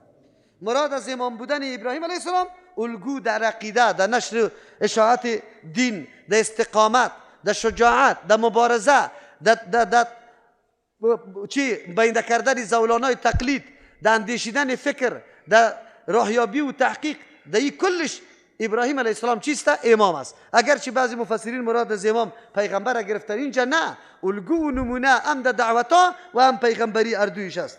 قال و من ذریتی ابراهیم علیه السلام بیبی. ما و شما که انعام بر ما حاصل شود میگه الله از خود کلم زود زود. نه، ابراهیم علیه السلام وقتی انعام الله را شنید که ما امام باشیم، دیستی غم اولاد قطش است. خب کدام قسم غم؟ ما اولاد غمش هم میخوریم. این خانه را این رقم چی جور کو که اولادا 4 تا از سبا جنجالشان نبره. این موتر ای قدر بخر که با سبا جنجالش نبره. این زمین به این سیستم تقسیم کو که سبا جنجالش نبره. تو باش با دل خودش یک زن برش بگی که گم کو طبیعتش آزاد باشه. غمای اولادی تا خورده ای. ابراهیم علیه السلام غم اولاد نمیخوره. ابراهیم علیه السلام غم اصلی را میخوره که سرنوشت آخرتش برش مربوط است. قال و من ذریتی، از اولادیم هم کسایی را الله متعال امامت نصیب بکو که وام الگو نمونه باشه. قال الله متعال میگه لا ینالو، نمیرسه حاصل نمیشه عهدی ای لوزیمه شامل نمیشه از ظالمین، کسایی که ظالم است. ظالم خو هر کسی را میگه که شاید در جای مناسبش نمیمانه. بزرگترین ظالم مشرک است. از خاطر کسایی که ظالم باشه و نه امامتی نماز بکنه، نه امامتی دعوت، نه امامتی نبوت، این امامت ها را کرده نمیتونه. ظالم حق از او را نداره که او را کرده بتانه. الله اشاره به ابراهیم علیه السلام کرد که ای ابراهیم علیه السلام، در اولادی تو همیشه کلگی یکسان نیست، بلکه یک طایفه ظالم است و مستحق امامت نیستن. یعنی مشرک میایه، مشرکات در امتت پیدا میشه. پیش از پیش الله خبر داده. و اذ جعلنا البیت مثابة للناس.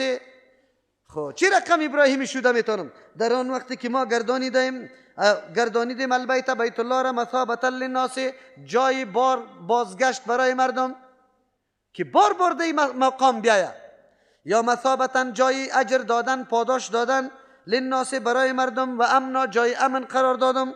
و اتخذوا امر کردم مردم که جور کنه بگیره من مقام ابراهیم، از مقام ابراهیم علیه السلام مصلا، جای نماز جور کنه که نماز دو بخونه.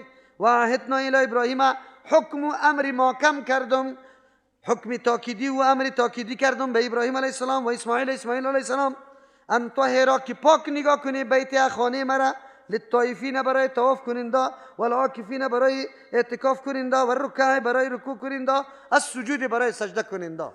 این محل پاک نگاه بکنی. شخصیت ابراهیم علیه السلام الله برای ما معرفی کرد که امام است، الگوست. ما باید ملت از او را دنبال کنیم. ملت ابراهیم علیه السلام باید روان شویم. کی است ملت ابراهیم علیه السلام؟ هو ملت رسول الله صلی الله علیه وسلم. ملت کیست؟ ابراهیم علیه السلام است. آلی در کدام مرکز زندگی کرده؟ ابراهیم علیه السلام چی ابتکاراتی داره؟ آیا اینطور شخصیتی برای زنده چیزی نمونه زنده برای ما داره که ما امروز من حیث ازی که این شخصیت چی فداکاری و شاکاری کرده ما به حیث مقامی از او بشناسیم؟ الله متعال برای ما بیان میکنه. و اذ جعلنا البیت، در آن وقتی که ما گردانیدیم بیت الله را مثابة للناس. بیت الله است. ابراهیم بانی بیت الله است. شخصیت ابراهیم میشناسه؟ بانی بیت الله است. او خانه ای که الله متعال اضافتش به خود میکنه، بیت ما، خانه ما. خانه الله چی رقم است؟ الله به خانه ضرورت داره؟ نه، او خانه ای که معزز و معظم پیش کیست؟ الله متعال. این را اضافت تشریفی و تعظیمی میگه. او خانه ای که قدر و منزلت پیش کی داره؟ الله متعال. توجه ما در نمازها طرف کیست؟ بیت الله. سال یک مرتبه مخلوق جهان در این مرکز بیا و در گرد اینمی خانه باید چرخ بخوره، دور بخوره. به خاطر کی خانه را عزت کی داده؟ الله متعال داده. نمونه بارز شخصیت ابراهیم علیه السلام از بیت الله معلوم میشه. بیت الله که محل امن و محل ثواب برای کل مخلوق است. بانیش کیست؟ ابراهیم علیه السلام. بانیش کیست؟ ابراهیم علیه السلام. بیت الله را دو صفتش قرآن در اینجا ذکر میکنه، یکی مثابه، یکی امن. مثابه در یک جای بار آمدن، او را مثابه میگه. الله در بیت الله یک قسم کشش پیدا کرده، جذابیت گذاشته. حاجی صاحب کسی که در عمره رفته باشه یک مرتبه که اوجا بره همیشه قلبش در پرواز است که کاش که باز برم. محل سیل و سیاحت نیست، ساتیری نیست، نه اونجا شراب و کباب است نه دخترها، هیچ کدامش نیست. یک خانگک در بین کوهاست، کوها در یک چقوری، لیکن الله متعال که در اونجا کدام کمالات و خصوصیات گذاشته که طبیعت انسان یک دم امو طرف میلان میکنه بار بار. از او خاطر کسی که یک دفعه حج کرده باشه و بسیار زیاد تلوسی رفتن عمره را زیاد داره یا حج دوم زیاد داره، الله به کلگی نصیب بکنه. یک مثابه است یا جای ثواب برای مردم است. چطور نباشه؟ یک نمازش 1 لک نماز شمرده میشه. چند؟ 1 لک نماز تقسیم کنی، در عمر تقسیم کنی که چقدر عمر انسان داشته باشه که 1 لک نماز بخوانده بتانه. چقدر عمر داشته باشه، یک نمازی 1 لک نماز است. حالی تو اندازه کو. اما الله کسی را که از این ثوابا محروم کرده همین مبتدعین است که میره اونجا پشت مولای حرم اقتدا نمیکنه، در عماره نماز میخونه. در کجا؟ بازیجا که بیا به مردم خود لافا میزنه که ما پشت وابیا نماز نخوندم، کلی نمازهای خود در کجا خوندم؟ در عماره. همین آدم که عقل داشته برش میگه که لعنتی تو بودی، از کلی خیر و برکت محروم شدی. تو امو کل 1 لک نماز خدا نعوذ بالله دا چی؟ در عباره به خود خواندی. بازی را به طور افتخار بیان میکنه. این کسایی هستن که یا دین نمیفهمه. چی شما فکر داری که همین قدر مخلوق، یعنی سالانه 10 میلیون یا چیسته نفوس اون جمعه 1 میلیون نفوس بیایه، 1 میلیون کلش غلط نماز میخوانه، برای بد است. یک مریدای یک پیرسای حق است. مریدای یک پیرسای حق است که نمازها رو اونجا نمیخوانه، در عماره میخوانه. خو یا افسوسی است که حج و اوقاف با زمین مردم معلم روان میکنه. امی مردم با حاجی صاحبا رو نمیگذاره که جماعتا بکنه. عجیب است. این دولت مسئولیت داره. خو حاجی صاحبا رو از خیر برکت محروم میکنه. خو جای ثواب برای مردم است. للناس برای مردم و امنا جای امن است برای مردم. بیت الله جای امن است. در روزگار جاهلیت هم به امن بود، نه تنها برای انسان ها، برای پرنده ها هم امن است. قاتل پدری خود کسی در اونجا گیر میکرد قطعا چیزی برش نمیگفت. با آمدن اسلام مسئله امنیتش دیگه هم خیلی زیاد چی شده. الله واقعیت انسان که اونجا بری احساس یک روز تو یک تنظیم جمع میشه مظاهره میکنه، یک جای جمع میشه، سعی میکنی که سری دکاندارا ظلم است، سری هتل‌ها ظلم است، نان پیدا نمیشه، چور و چپاول میباشه، جنگ و جدل حتما پیدا میباشه. یک روز افراد یک تنظیم که معتقد برش است رهبری میکنه، یک روز مظاهره میکنه، در شهر نان پیدا نمیشه، ببندوباری زیاد میشه، هیاهوی زیاد میشه. لیکن اونجا از کل جهان مخلوق جمع میشه. از کجا؟ از کل مخلوق، هر قسم مردم. اینطور فضای اخلاق است، اینطور فضای امن است که پرسان نکن. احساس میکنی اونجا که بری هیچ فقط توجه فکر طرف آخرت میشه. دنیا، غم دنیا، هیاهوی، هوس ها، کلش از یاد آدم میره. الله اینطور فضا را اونجا پیدا کرده. پس بانی از او بیت الله کی بوده؟ ابراهیم علیه السلام. واتخذوا من مقام ابراهیم مصلی، بگیری از مقام ابراهیم علیه السلام جای نماز. مقام ابراهیم دو مصداق داره. یک مصداقی خاص داره. کدام؟ سنگی که ابراهیم علیه السلام وقتی آباد میکرد بیت الله را، سنگ در سری سنگ استاد میشد. خود سنگ یادی واره نبود، این سنگ آواره. او سنگ مثل چی واره بود؟ لفت واره. هر قدر که دیوال بالا میشد سنگ بالا میشد، که پس پایین میشد پایین میشد. نقش و قدم ابراهیم علیه السلام در او سنگ فی الحال هم وجود داره. در بین شیشه بند است. اونمو مقام به نام چی یاد میکنه؟ مقام ابراهیم. مستحب است هر کسی که طواف تکمیل میکنه باید 2 رکعت نماز شکرانه طواف بخونه. خدا کجا بخونه؟ بهتر است که پشتی همی چی؟ مقام ابراهیم. البته اگر سهولت میسر بود، اگر سهولت نباشه در هر گوشه حرم بخوانی هیچ کدام پروا نداره. خدا وقتی سهولت افضل است که در پشت مقام ابراهیم بخوانی. و از او خاطر یک تعداد مفسرین میگه که بگیرید واتخذوا من مقام ابراهیم، بگیری از پشت مقام ابراهیم مصلی جای نمازه، یعنی 2 رکعت نماز بخوانه. یک. دوم، مراد از مقام ابراهیم جایگاه هایی که ابراهیم علیه السلام در اونجا عبادت الله را انجام داده. و مراد از مصلی مطلق عبادت میگه. معنای طور میشه واتخذوا جور کنی بگیره من مقام ابراهیم، در کدام جاهایی که ابراهیم علیه السلام را محل عبادت قرار داده، مصلی محل عبادت بگیرشه. یعنی محلایی که ابراهیم علیه السلام محل عبادتش صفا، مروه، منا، مزدلفه، عرفات، کلش جاهای هست که در اونجا ابراهیم علیه السلام چی کرده؟ عبادت کرده. در منا تکبیر گفته، در جمره زده، در مزدلفه شب تیر کرده، در عرفات استاد شده، در صفا و مروه گردش کرده. یا کلش مقامات کیست؟ ابراهیم علیه السلام. این حرکات حجاج چی رو تازه میکنه؟ بگه عملکرد صاف و اخلاصمندانه کی ابراهیم علیه السلام و آل ابراهیم علیه السلام برای ما یاد میده و ما را طرز بندگی را یاد میده. که بندگی چی را میگه؟ بندگی مکمل تسلیم شدن به فرمان الله، اگر عقلت میپذیره اگر نمیپذیره، مطلقا تسلیمی. بیت الله چرا آباد شده؟ روزگاری که آباد میشد الله ابراهیم علیه السلام امر به هجرت کرده به طرف فلسطین، لیکن به خاطر که اشاعت توحید الله در مختلف جا برسه، ابراهیم علیه السلام الله فرمان داد که یک زن در فلسطین باشه، یک زن بیاره در این طرف. جبریل امین امرایشان است، آمده رایسته، هر جایی که سرسبز دیده میشه ابراهیم علیه السلام میگه همینجا برای ما امر شده که زندگی کنیم. جبریل امین میگه نه، اینجا امر نشده. در جای آوردن که امروز چیست؟ بیت الله آباد است. در اینجا برش گفت که تو مامور در اینجا شده ای. ابراهیم علیه السلام، زنش هاجره و بچهش اسماعیل علیه السلام یردو خطشان است. اسماعیل علیه السلام بچگه که خورد از طفل است. وقتی که اینجا میگذاره ایره وطن به خود جور میکنه اقامت، تنها هاجره رقت یک طفل در بین کوها قریه ها نزدیک وجود نداره، بنی بشر وجود نداره، هیچ کسی نیسته.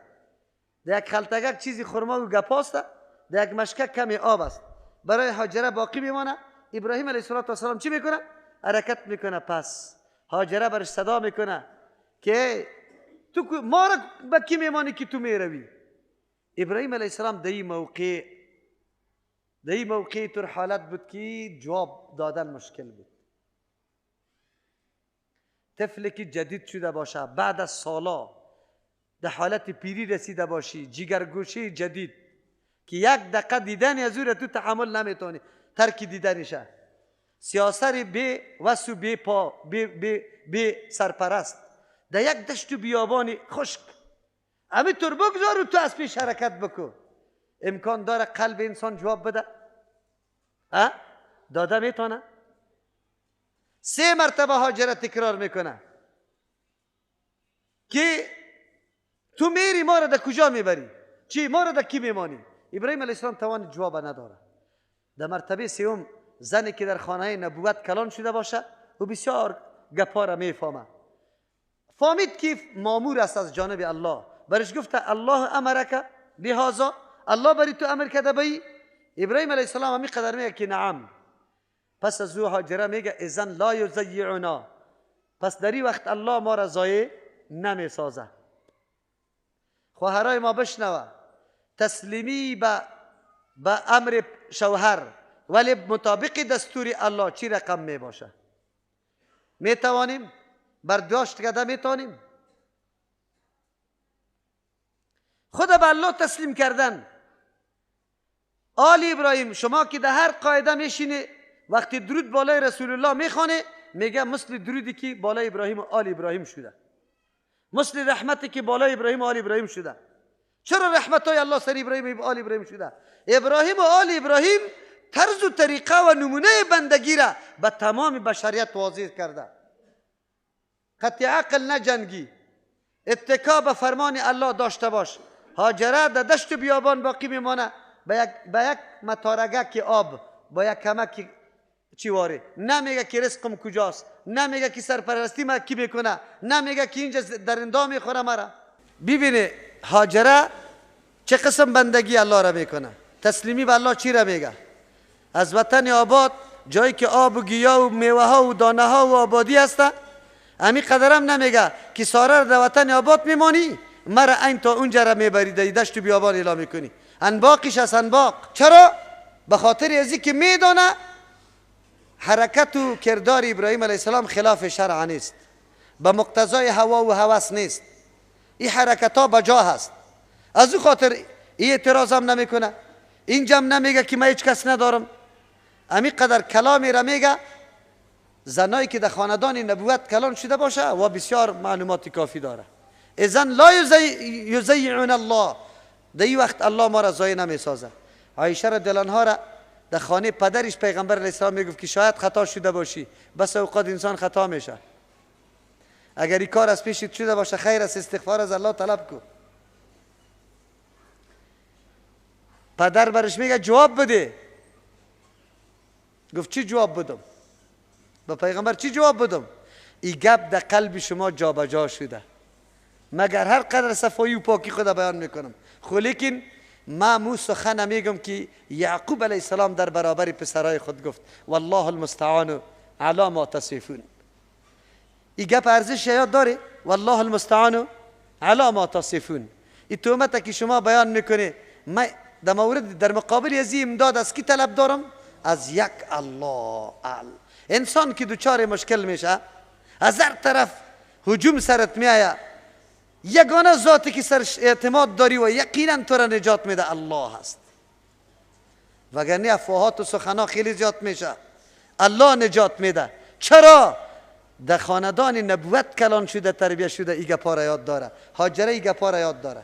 ابراهیم علیه السلام وقتی که از بند دو طرف پناه میشه، بچه و زن قرار باقی میمانه، دستای مبارک خدا بلند میکنه، دعا کرده رئیس که ربنا اینی اسکنتو من ذریتی بواد غیر ذی زرع عند بیتک المحرم لیقیم الصلاة. اونجا قائم کنه عبادت تو را. یا الله دعا میکنه. آماده استیم؟ دمی طور قربانی آماده استیم؟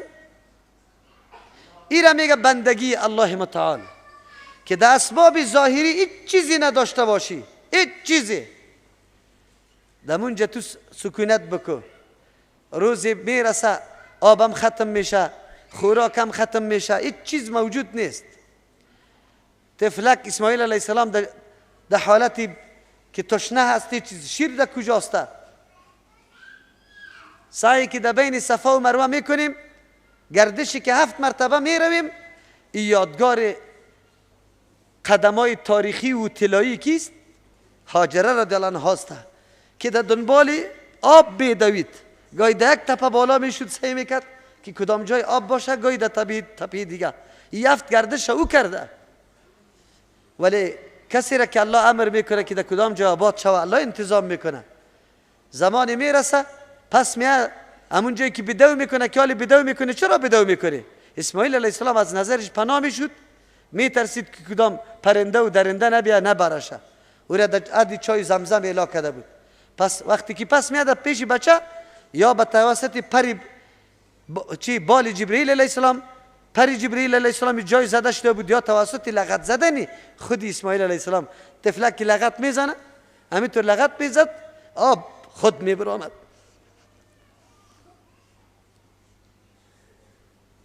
هاجره رضی الله عنها به این خاطر که آب ضایع نشود ریگ جمع کرده روی بود که آب همینطور حوض واره باقی بمانه. از او خاطر آب زمزم همون رقم است. حالی نلکشی شده.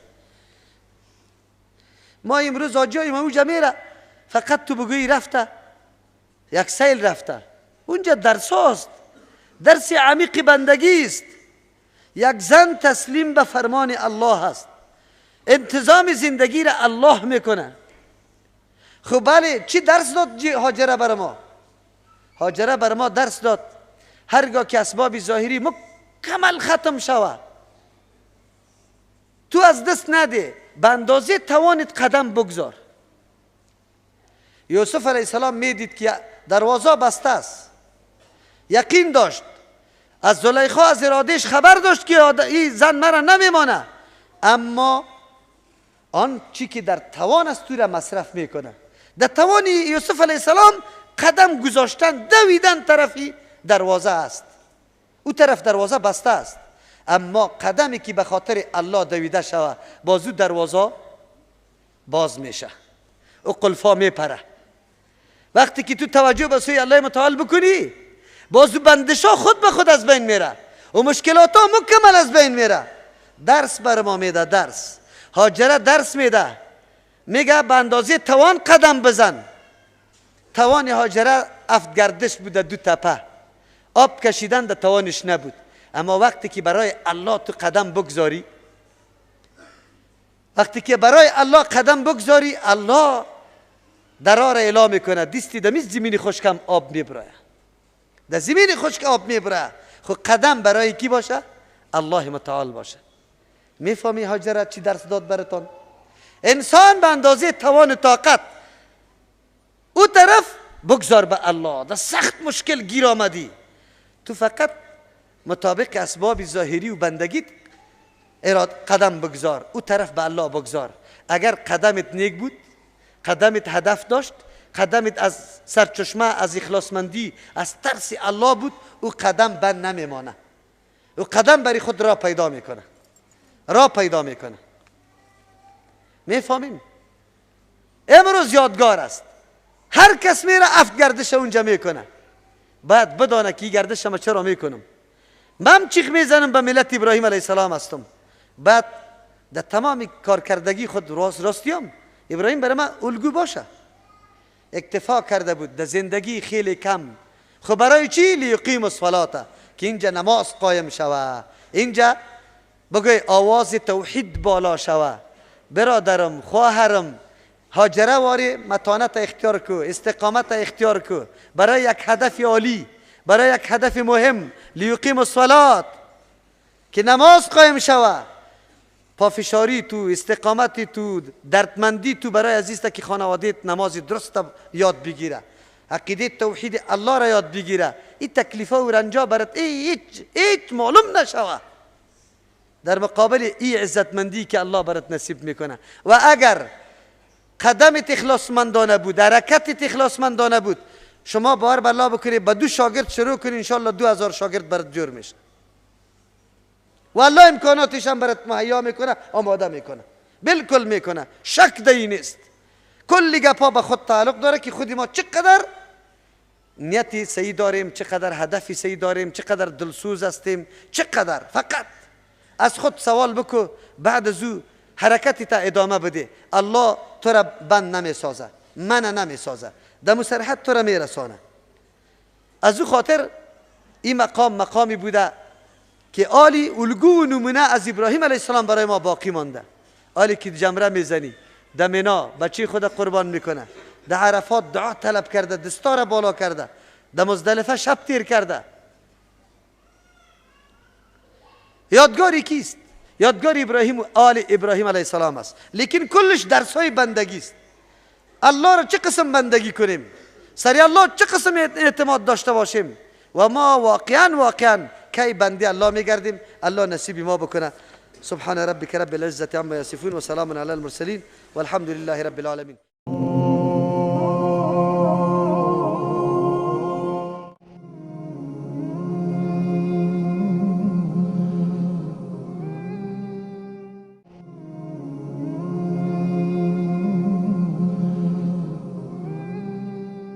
Oh